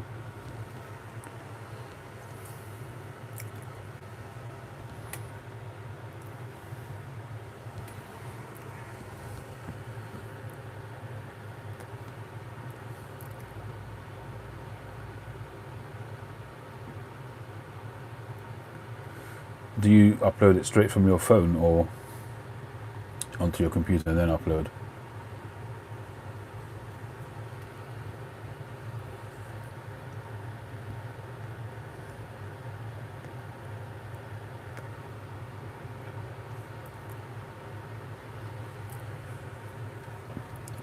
Yeah, John, yeah, 3 years is not much at all compared to some people on here.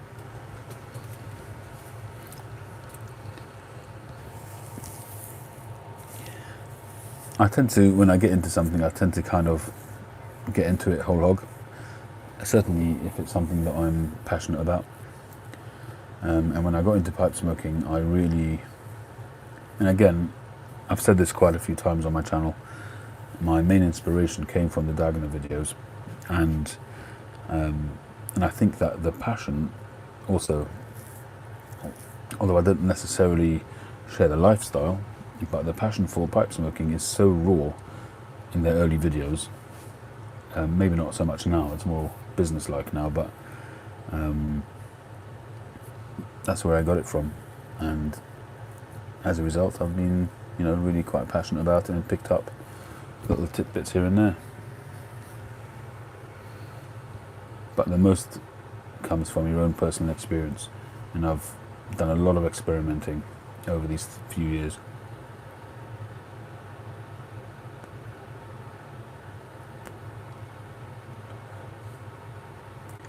But if you need to get a new computer, Ryan, there's another chap on the YouTube who might help you on how to generate funds for that. He said, tongue firmly in cheek.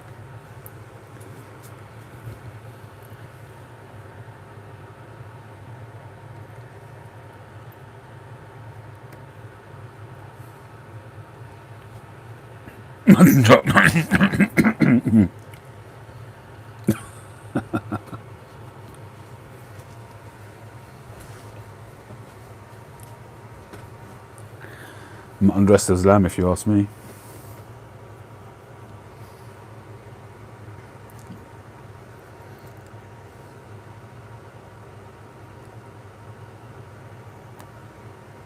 Alright, that's enough ribbing.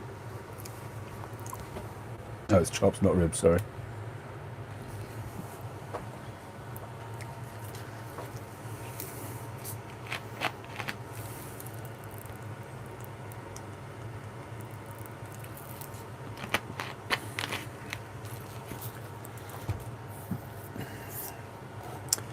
Yeah, enough said.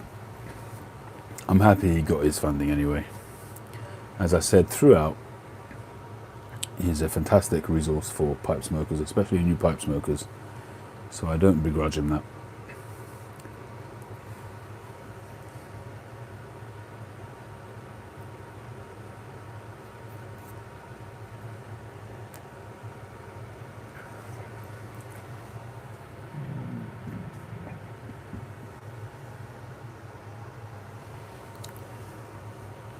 Have you tried uninstalling the app and reinstalling the YouTube app, Ryan?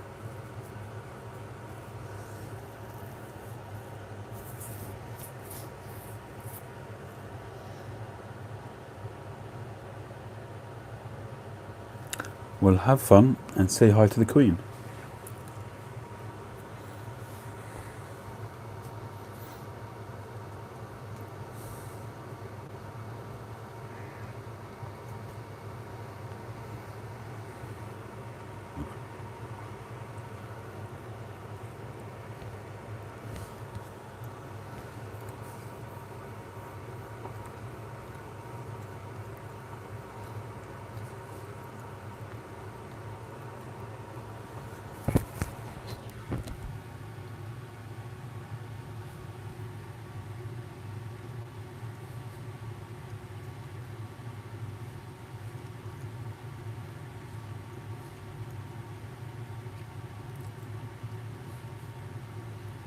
I've heard that name, Elwood. Not had it, but I've heard of it.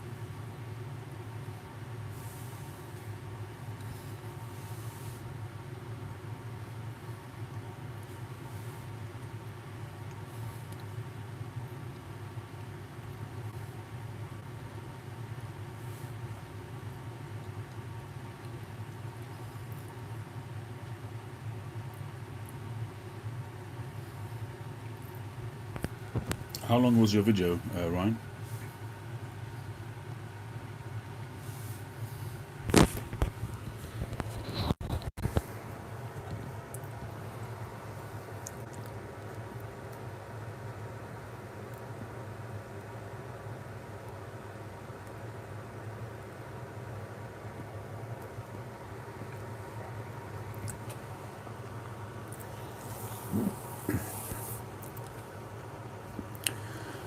Ryan, what you might want to try is going into your settings whenever you upload a video, and there's a setting called wake up,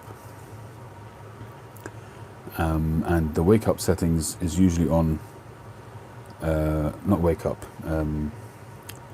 not sleep, but the screen turn off, the timeout. It's usually by default either, I think it's on 1 minute or 30 seconds. If you click on never and then try and see what happens, it's because I find that if the screen goes off, it stops the upload, and if that happens enough times, it will come up with an error message. So whenever I upload direct from the phone, I turn that off. You just have to remember to turn it back on afterwards, otherwise your battery will die because your screen's been on so long. Oh, you did? Right, okay.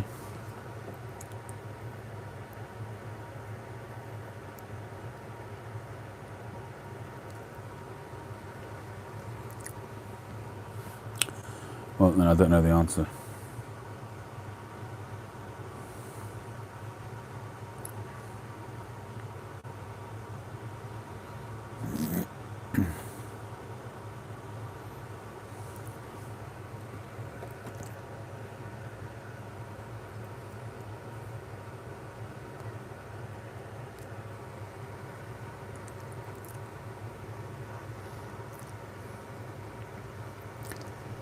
I think there is also with YouTube, I'm not sure if that still exists, but I think there is a limit for new YouTubers to, there is some kind of limitations on uploads. I'm not sure whether it's length of video or something like that. You need to check that.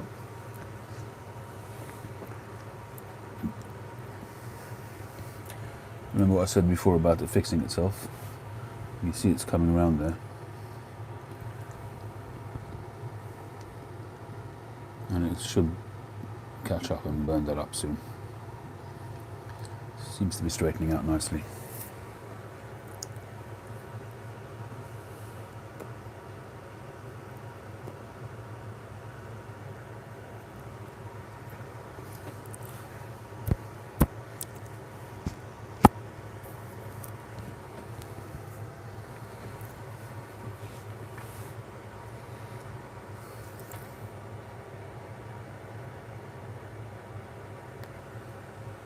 Well, that might be it. Ryan, try one with, for just a short 2-minute tester and see what happens.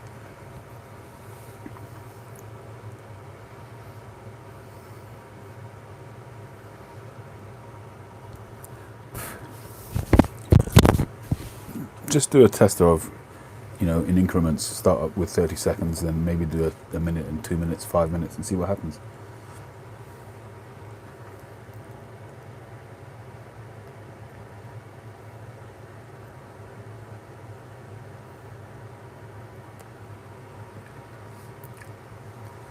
Bird's Eye, do you know when you become not a new YouTuber? At which point do they allow longer uploads? I don't remember at the beginning. I remember having that restriction, and it was lifted. I think it was fairly soon. I'm not sure how many videos it had to be, but I guess they just want to have an opportunity to check the content to make sure that it's not dodgy, and they have all their various automatic software that algorithms and things like that which check. Oh right, okay, Josh, cool. That does ring a bell, actually.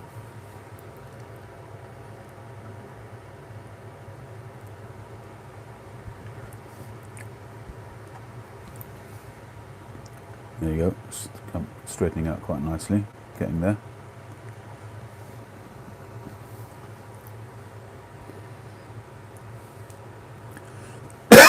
Excuse me.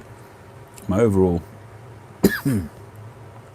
experience with cigars, especially exclusive cigars, whether it's limited editions or things like Behikes, is that generally speaking, the regular line cigars, the regular blends with age, are the way to go. And that's what I've found. As I say, the Cohiba Robusto with 3 to 5 years age on it, unbeatable.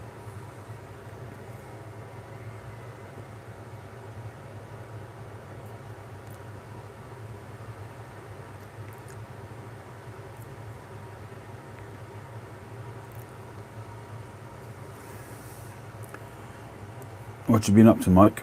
I haven't seen any gymnastic related posts recently. Not the season at the moment.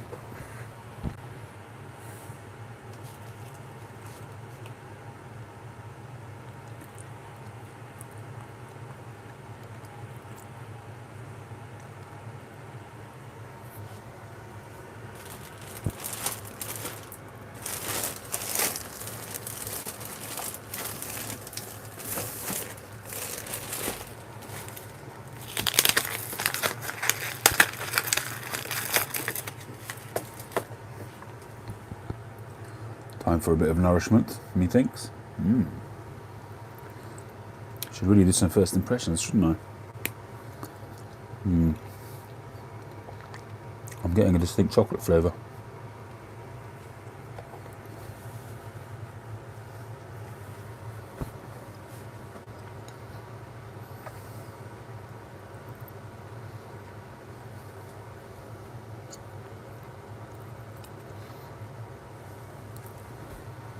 Will that have an effect on her ratings or that kind of thing, Mike?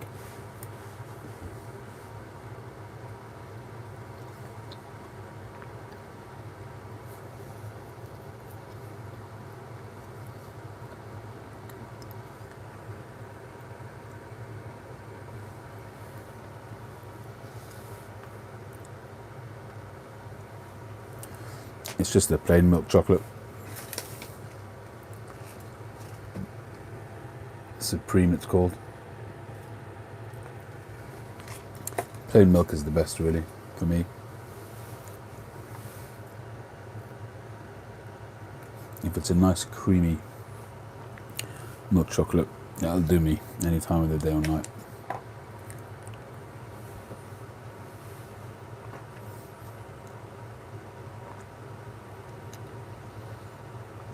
No, you're on the replay there, Eric. This isn't live.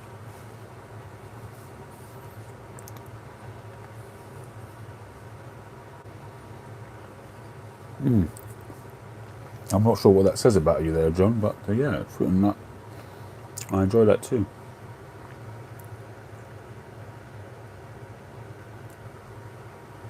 A nice bit of hazelnut, roasted hazelnut. Yum. Roasted almond. Very nice.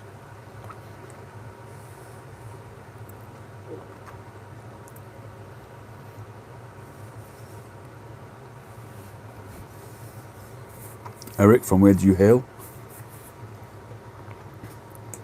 You sound Scandinavian.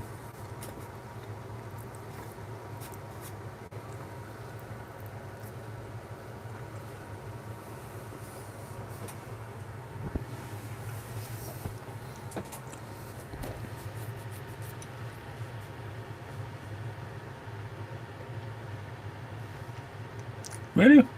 Eric, cool.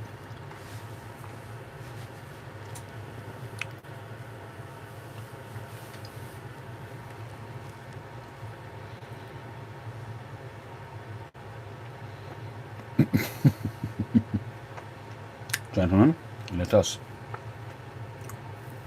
retain decorum here, please. Oh, Lawrence Davis, he cracks me up. I should really check out some of his videos. I haven't watched him for a while.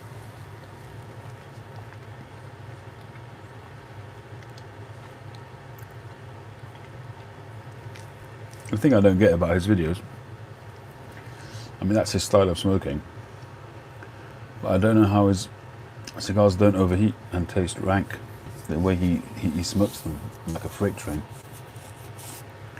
Reminds me a bit of the old black and white videos that you can see on YouTube of the speed pipe smoking, where you've got these old fogies smoking a bowl of tobacco down in a minute or something. I mean, that's one surefire way to burn out your pipe, and God knows what their tongues look like.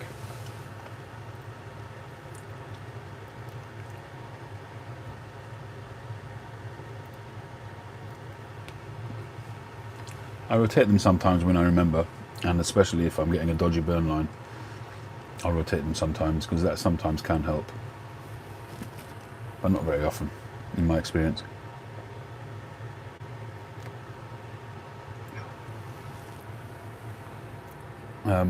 My coffee is really dead simple. I've said it many times. I'm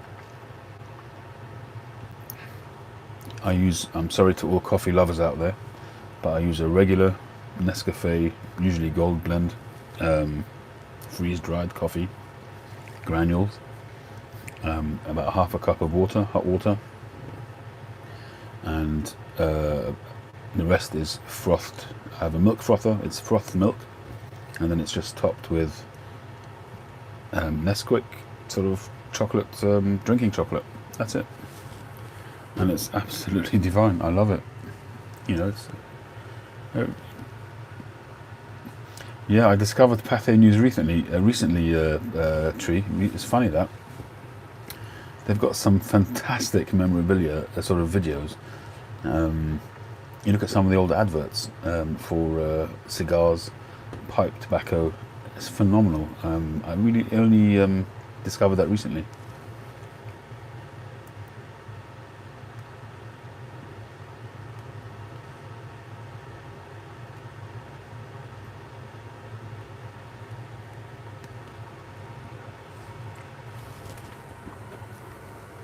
I haven't tried 965 for a long, long time.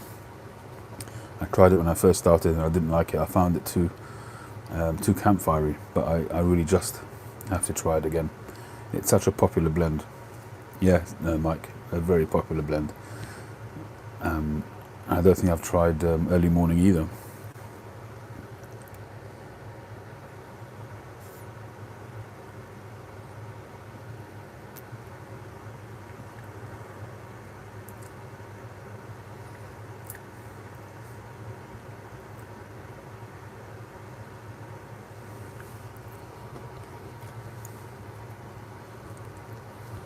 My palate still hasn't really gone back to Latakia since last year. I did enjoy the stuff that Art sent me. This Barnegat blend. I really enjoyed it thoroughly, but I'm just not feeling Latakia at the moment.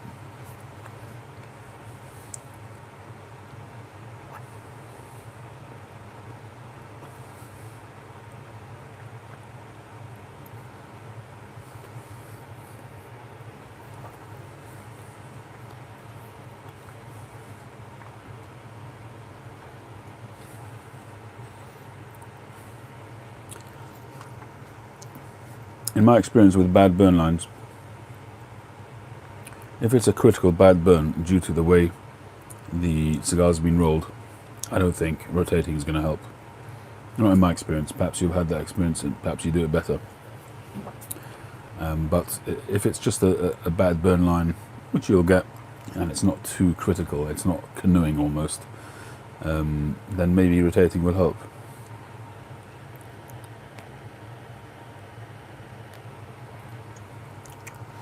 Well, the latest I've read on the UK forum on Facebook, is that the blends are being produced by Willow, and they've been doing it for a long time. They've got some, and there was another company, I'm sure somebody will remember, have started producing it. Is it Fribourg and Trier? I can't remember which company it is. I don't remember. But it seems that there are some blends being produced. McConnell, yeah. Weller have been producing it apparently for a long time. Similar blends. But I don't know if the McConnell one is done officially under license now as a new thing, then presumably they've got the actual recipes. And I don't know.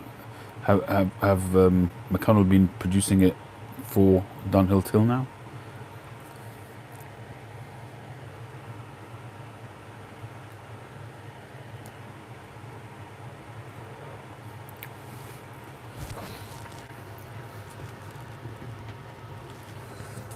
Yeah, I used to enjoy stuff and things. I should really get back onto his videos. I did find them a little bit lengthy at times, but I'm not one to talk. My videos are also lengthy, but I found it lengthy getting to, in a way which, it's just my personal thing, getting to a point which he could have gotten too much quicker. I find it, it's just me, I'm not criticising, it's a great channel, but I find it a little bit wordy.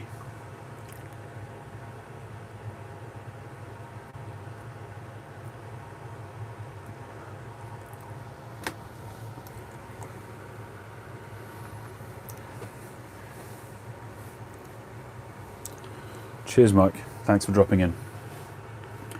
Brevio Latakia Flake is one which I want to try. I do have a tin, at least one tin, maybe two, in my cellar, but I've still not cracked it. Brebia Latakia flake is one of the only companies that are still producing. I'm not sure if they're still producing, but they certainly were with Syrian Latakia, and it's very heavy on Syrian Latakia, but I haven't tried it yet. The one I've got, I think, has also got some age on it, so that's probably going to be a good smoke. And yeah, come autumn winter, I'm hoping that my palate will go back to English blends. Quiet Nights is a nice blend.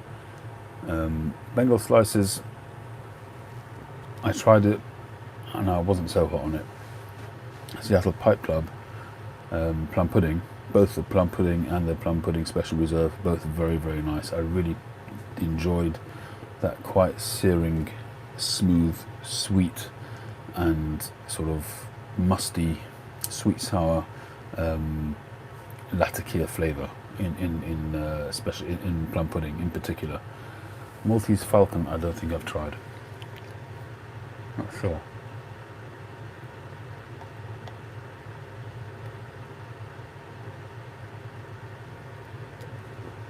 Cheers, Michael.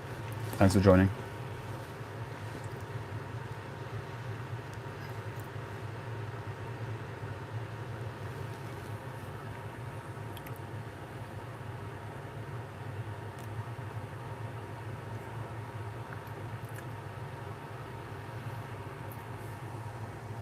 Yeah, I think that the Brebia Latakia will be quite a treat.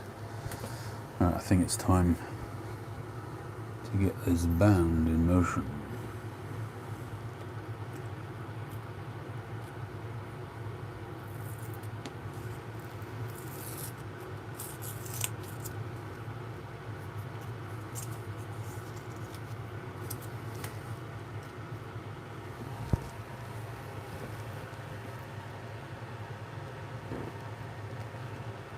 Well, this cigar has not been the event that I was hoping for. It's okay, it's nice enough, but it certainly doesn't live up to the Bahike hype, which is all too common with Cuban cigars. But there you go.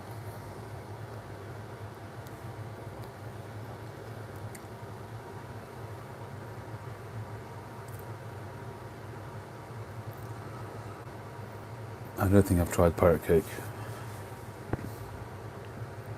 I'm not sure actually. I might have had a sample years ago. Well, I say years ago, but within the last 3 years.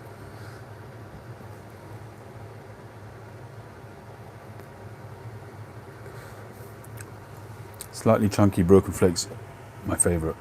I mean, a normal flake, a slightly sort of chunky broken flake, and obviously also the medallion type presentation I really do like. I'm really not a fan of ribbon cut tobacco. I find it can get hot quite easily. I don't really like the square cut, that kind of stuff, cube cut, whatever it's called.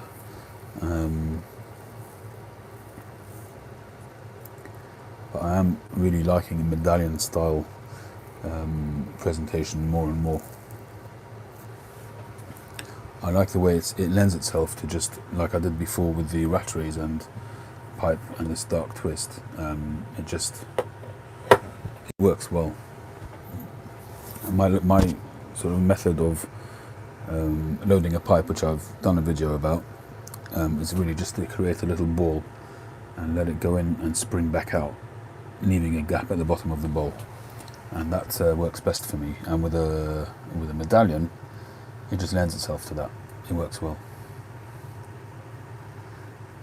No, I don't mean square cut like that. I mean cube cut, little flake, little granules. It's called cube cut, but it's essentially just like not like a shag, but it's kind of a thicker cut, but granules, small bits.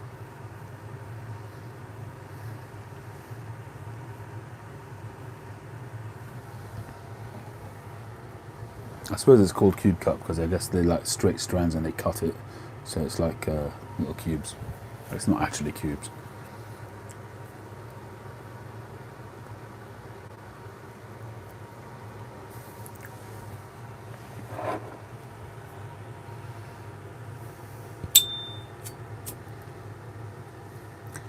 Right, it's the first time I'm touching up this cigar.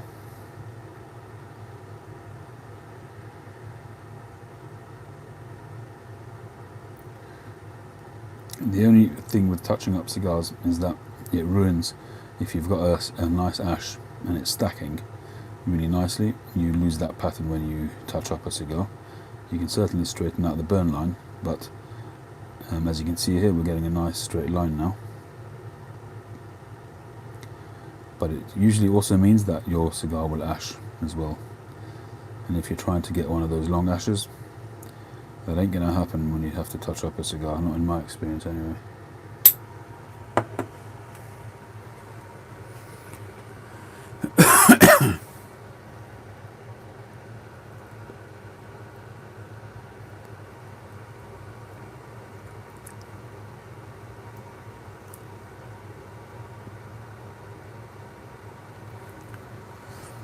Cabby's mixture is nice. I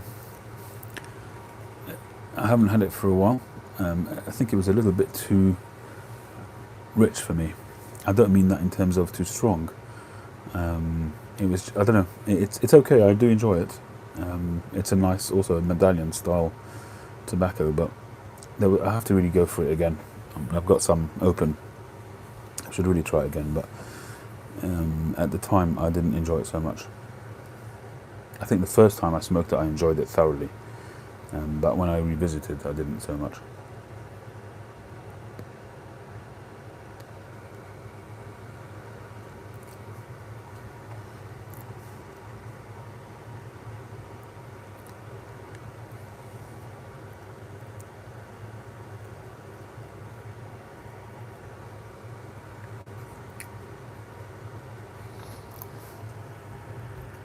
Shame about this cigar. It's okay, just not great.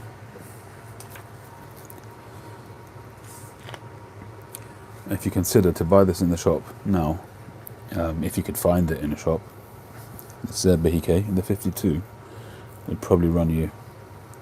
Put it this way: if you went to Davidoff, where I find the prices are just ridiculous, Davidoff and St James's, a Behike 52 would probably go for about £60 or £70.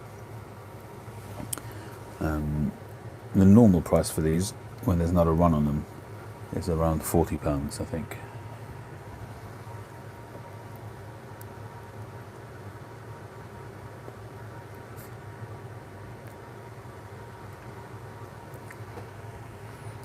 And the prices are mad. That's why I really advocate buying the regular lines. I mean, those are expensive enough, the Cohibas. To buy a Robusto here in the shop, and a B&M, as you'd call it, would cost you around the £30 mark. That's for a regular line Cohiba Robusto. You buy it in Europe, they're about probably about £18. They're a little bit more. They're a few pounds more than most other cigars. To give you an example, an H. Upmann Magnum 54, which is a recent release within the last couple of years, very nice cigar. I bought a fair few of those in Zurich when I was there a couple of years ago, and I paid about £14 per cigar, and here they're about 20, maybe £25, £24, something like that, to buy it in the shop. So it's more than a third more in the UK. The taxes here are ridiculous.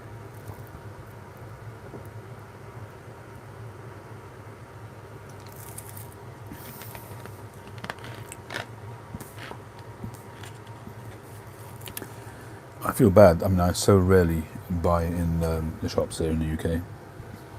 The only time I'll buy is if I'm going to the club, something like that. I'll get one cigar because it's the dumb thing to do with a shop that JJ Fox hosts the club, and there's an understanding that you spend some money there and they host it and they don't charge for the hosting.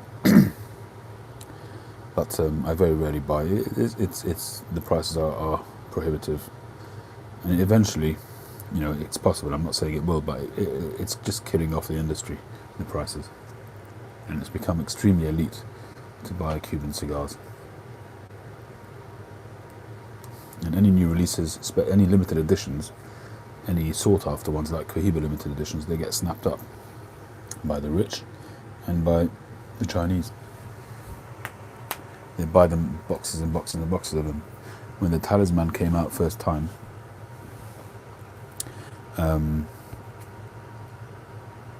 they were snapped up, literally snapped up. There was a mad rush. As soon as they were released, everybody went out of stock very quickly. And they've now been they've had another release now, and the shops do have them. Most of the shops have them now. And I think also it's because they weren't received as well as, for instance, as compared to the Cohiba Robusta Supremos, which is a much better cigar, in my opinion. But the Talisman is a big cigar, but I wasn't blown away by it. When I was in Bournemouth recently, and I went into the pipe shop in Bournemouth, I bought a single there, which I've put away, and I'll enjoy it hopefully further down the line.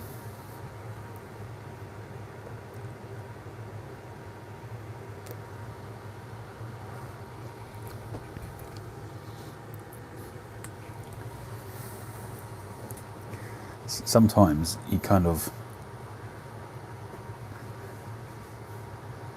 top 25 cigars. Okay. What kind of prices? Can you give me some examples?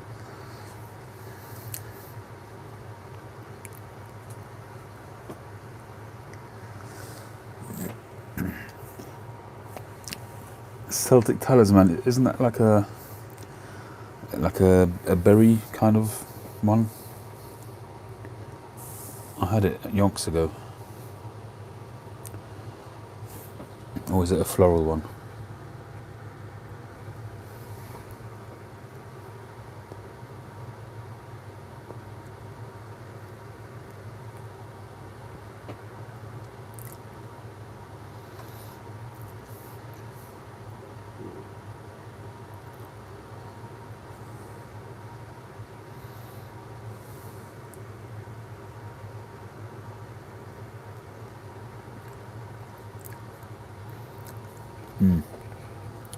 This cigar's coming back now, getting some really nice chocolatey flavours. Excuse me.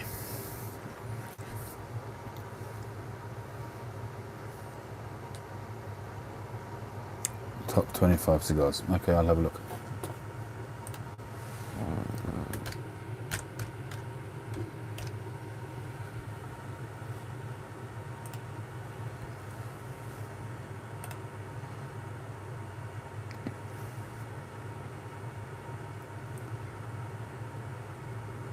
Look at that.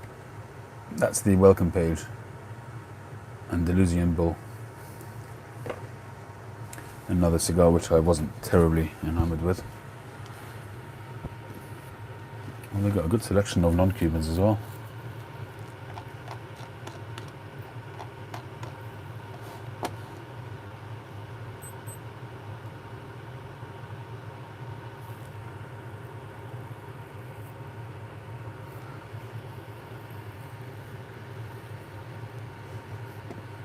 Let's have a look at A. Chapman. I'll just bring you in on it, people.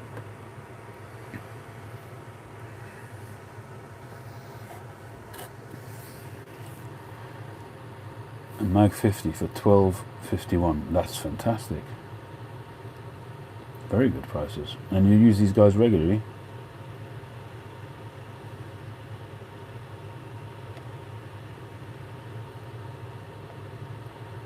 You have to buy them by the box.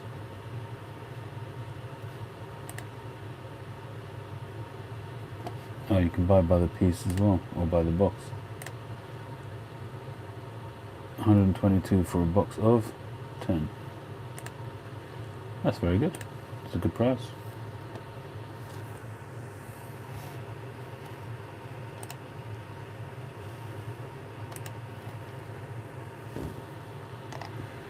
Let's see what else. List of brands. Let's find Cohiba. Here we go.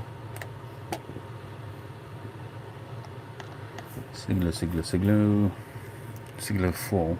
How much is that? £20. That's good. Look at that. Bahika 52, £30. That's very good. Yeah, it looks like it's in stock as well. That's a very good price. Very good price.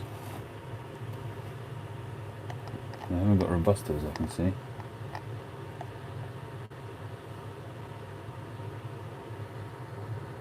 Good night, Elwood. Thanks for joining. Good burn line now.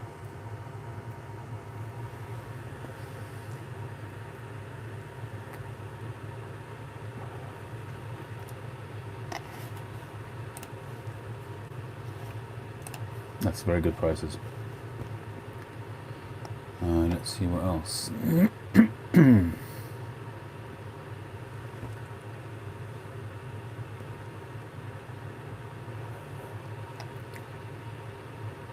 Let's have a look at Padron, because Padrons are really expensive here as well. So they've got their regular ones, £22, not so cheap for the 1926, but I can see they haven't got any of the anniversary series here. What else?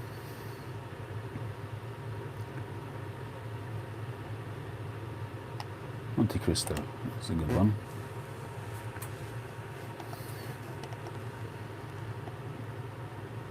$13.77. That's very good.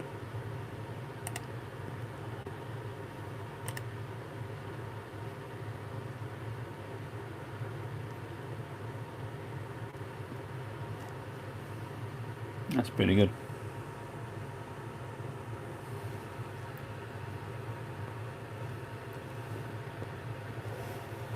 Yeah, I might have to have. I'll just save that.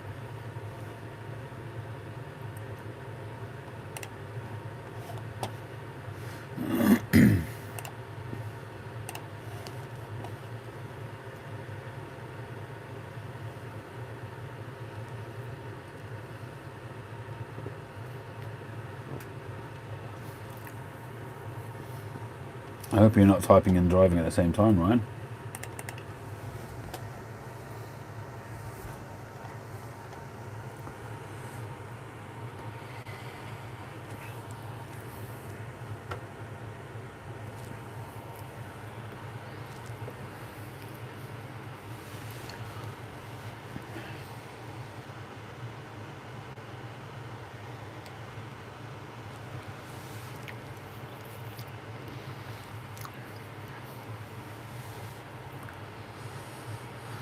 Right, gentlemen, I think it's time. It's just gone 2 a.m. here.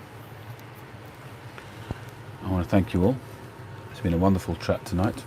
A real virtual pipe meet in the real classical sense of it. Sometimes it's always enjoyable. Sometimes it's more of me just talking about a particular topic, but tonight's been a real pipe meet. Everybody talking about different things, different pipe tobaccos and cigars, and it's really been wonderful. Excuse me. So thank you all for taking part. Thank you, John, Tim, Scott Free. Thanks for joining. I've only just seen your name now, but thanks for coming on. Ryan, it's been really good chatting to you, Ryan.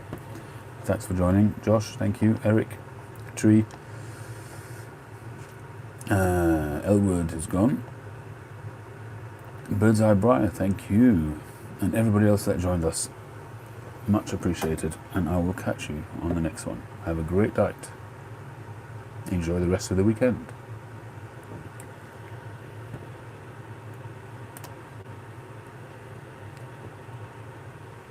My pleasure, Eric. Tree, who are you going on to now? Any other lives at the moment?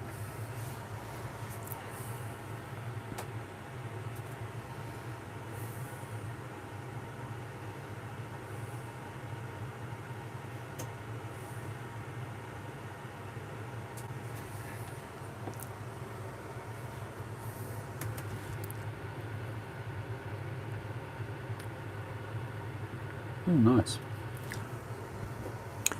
Alright guys, catch you later.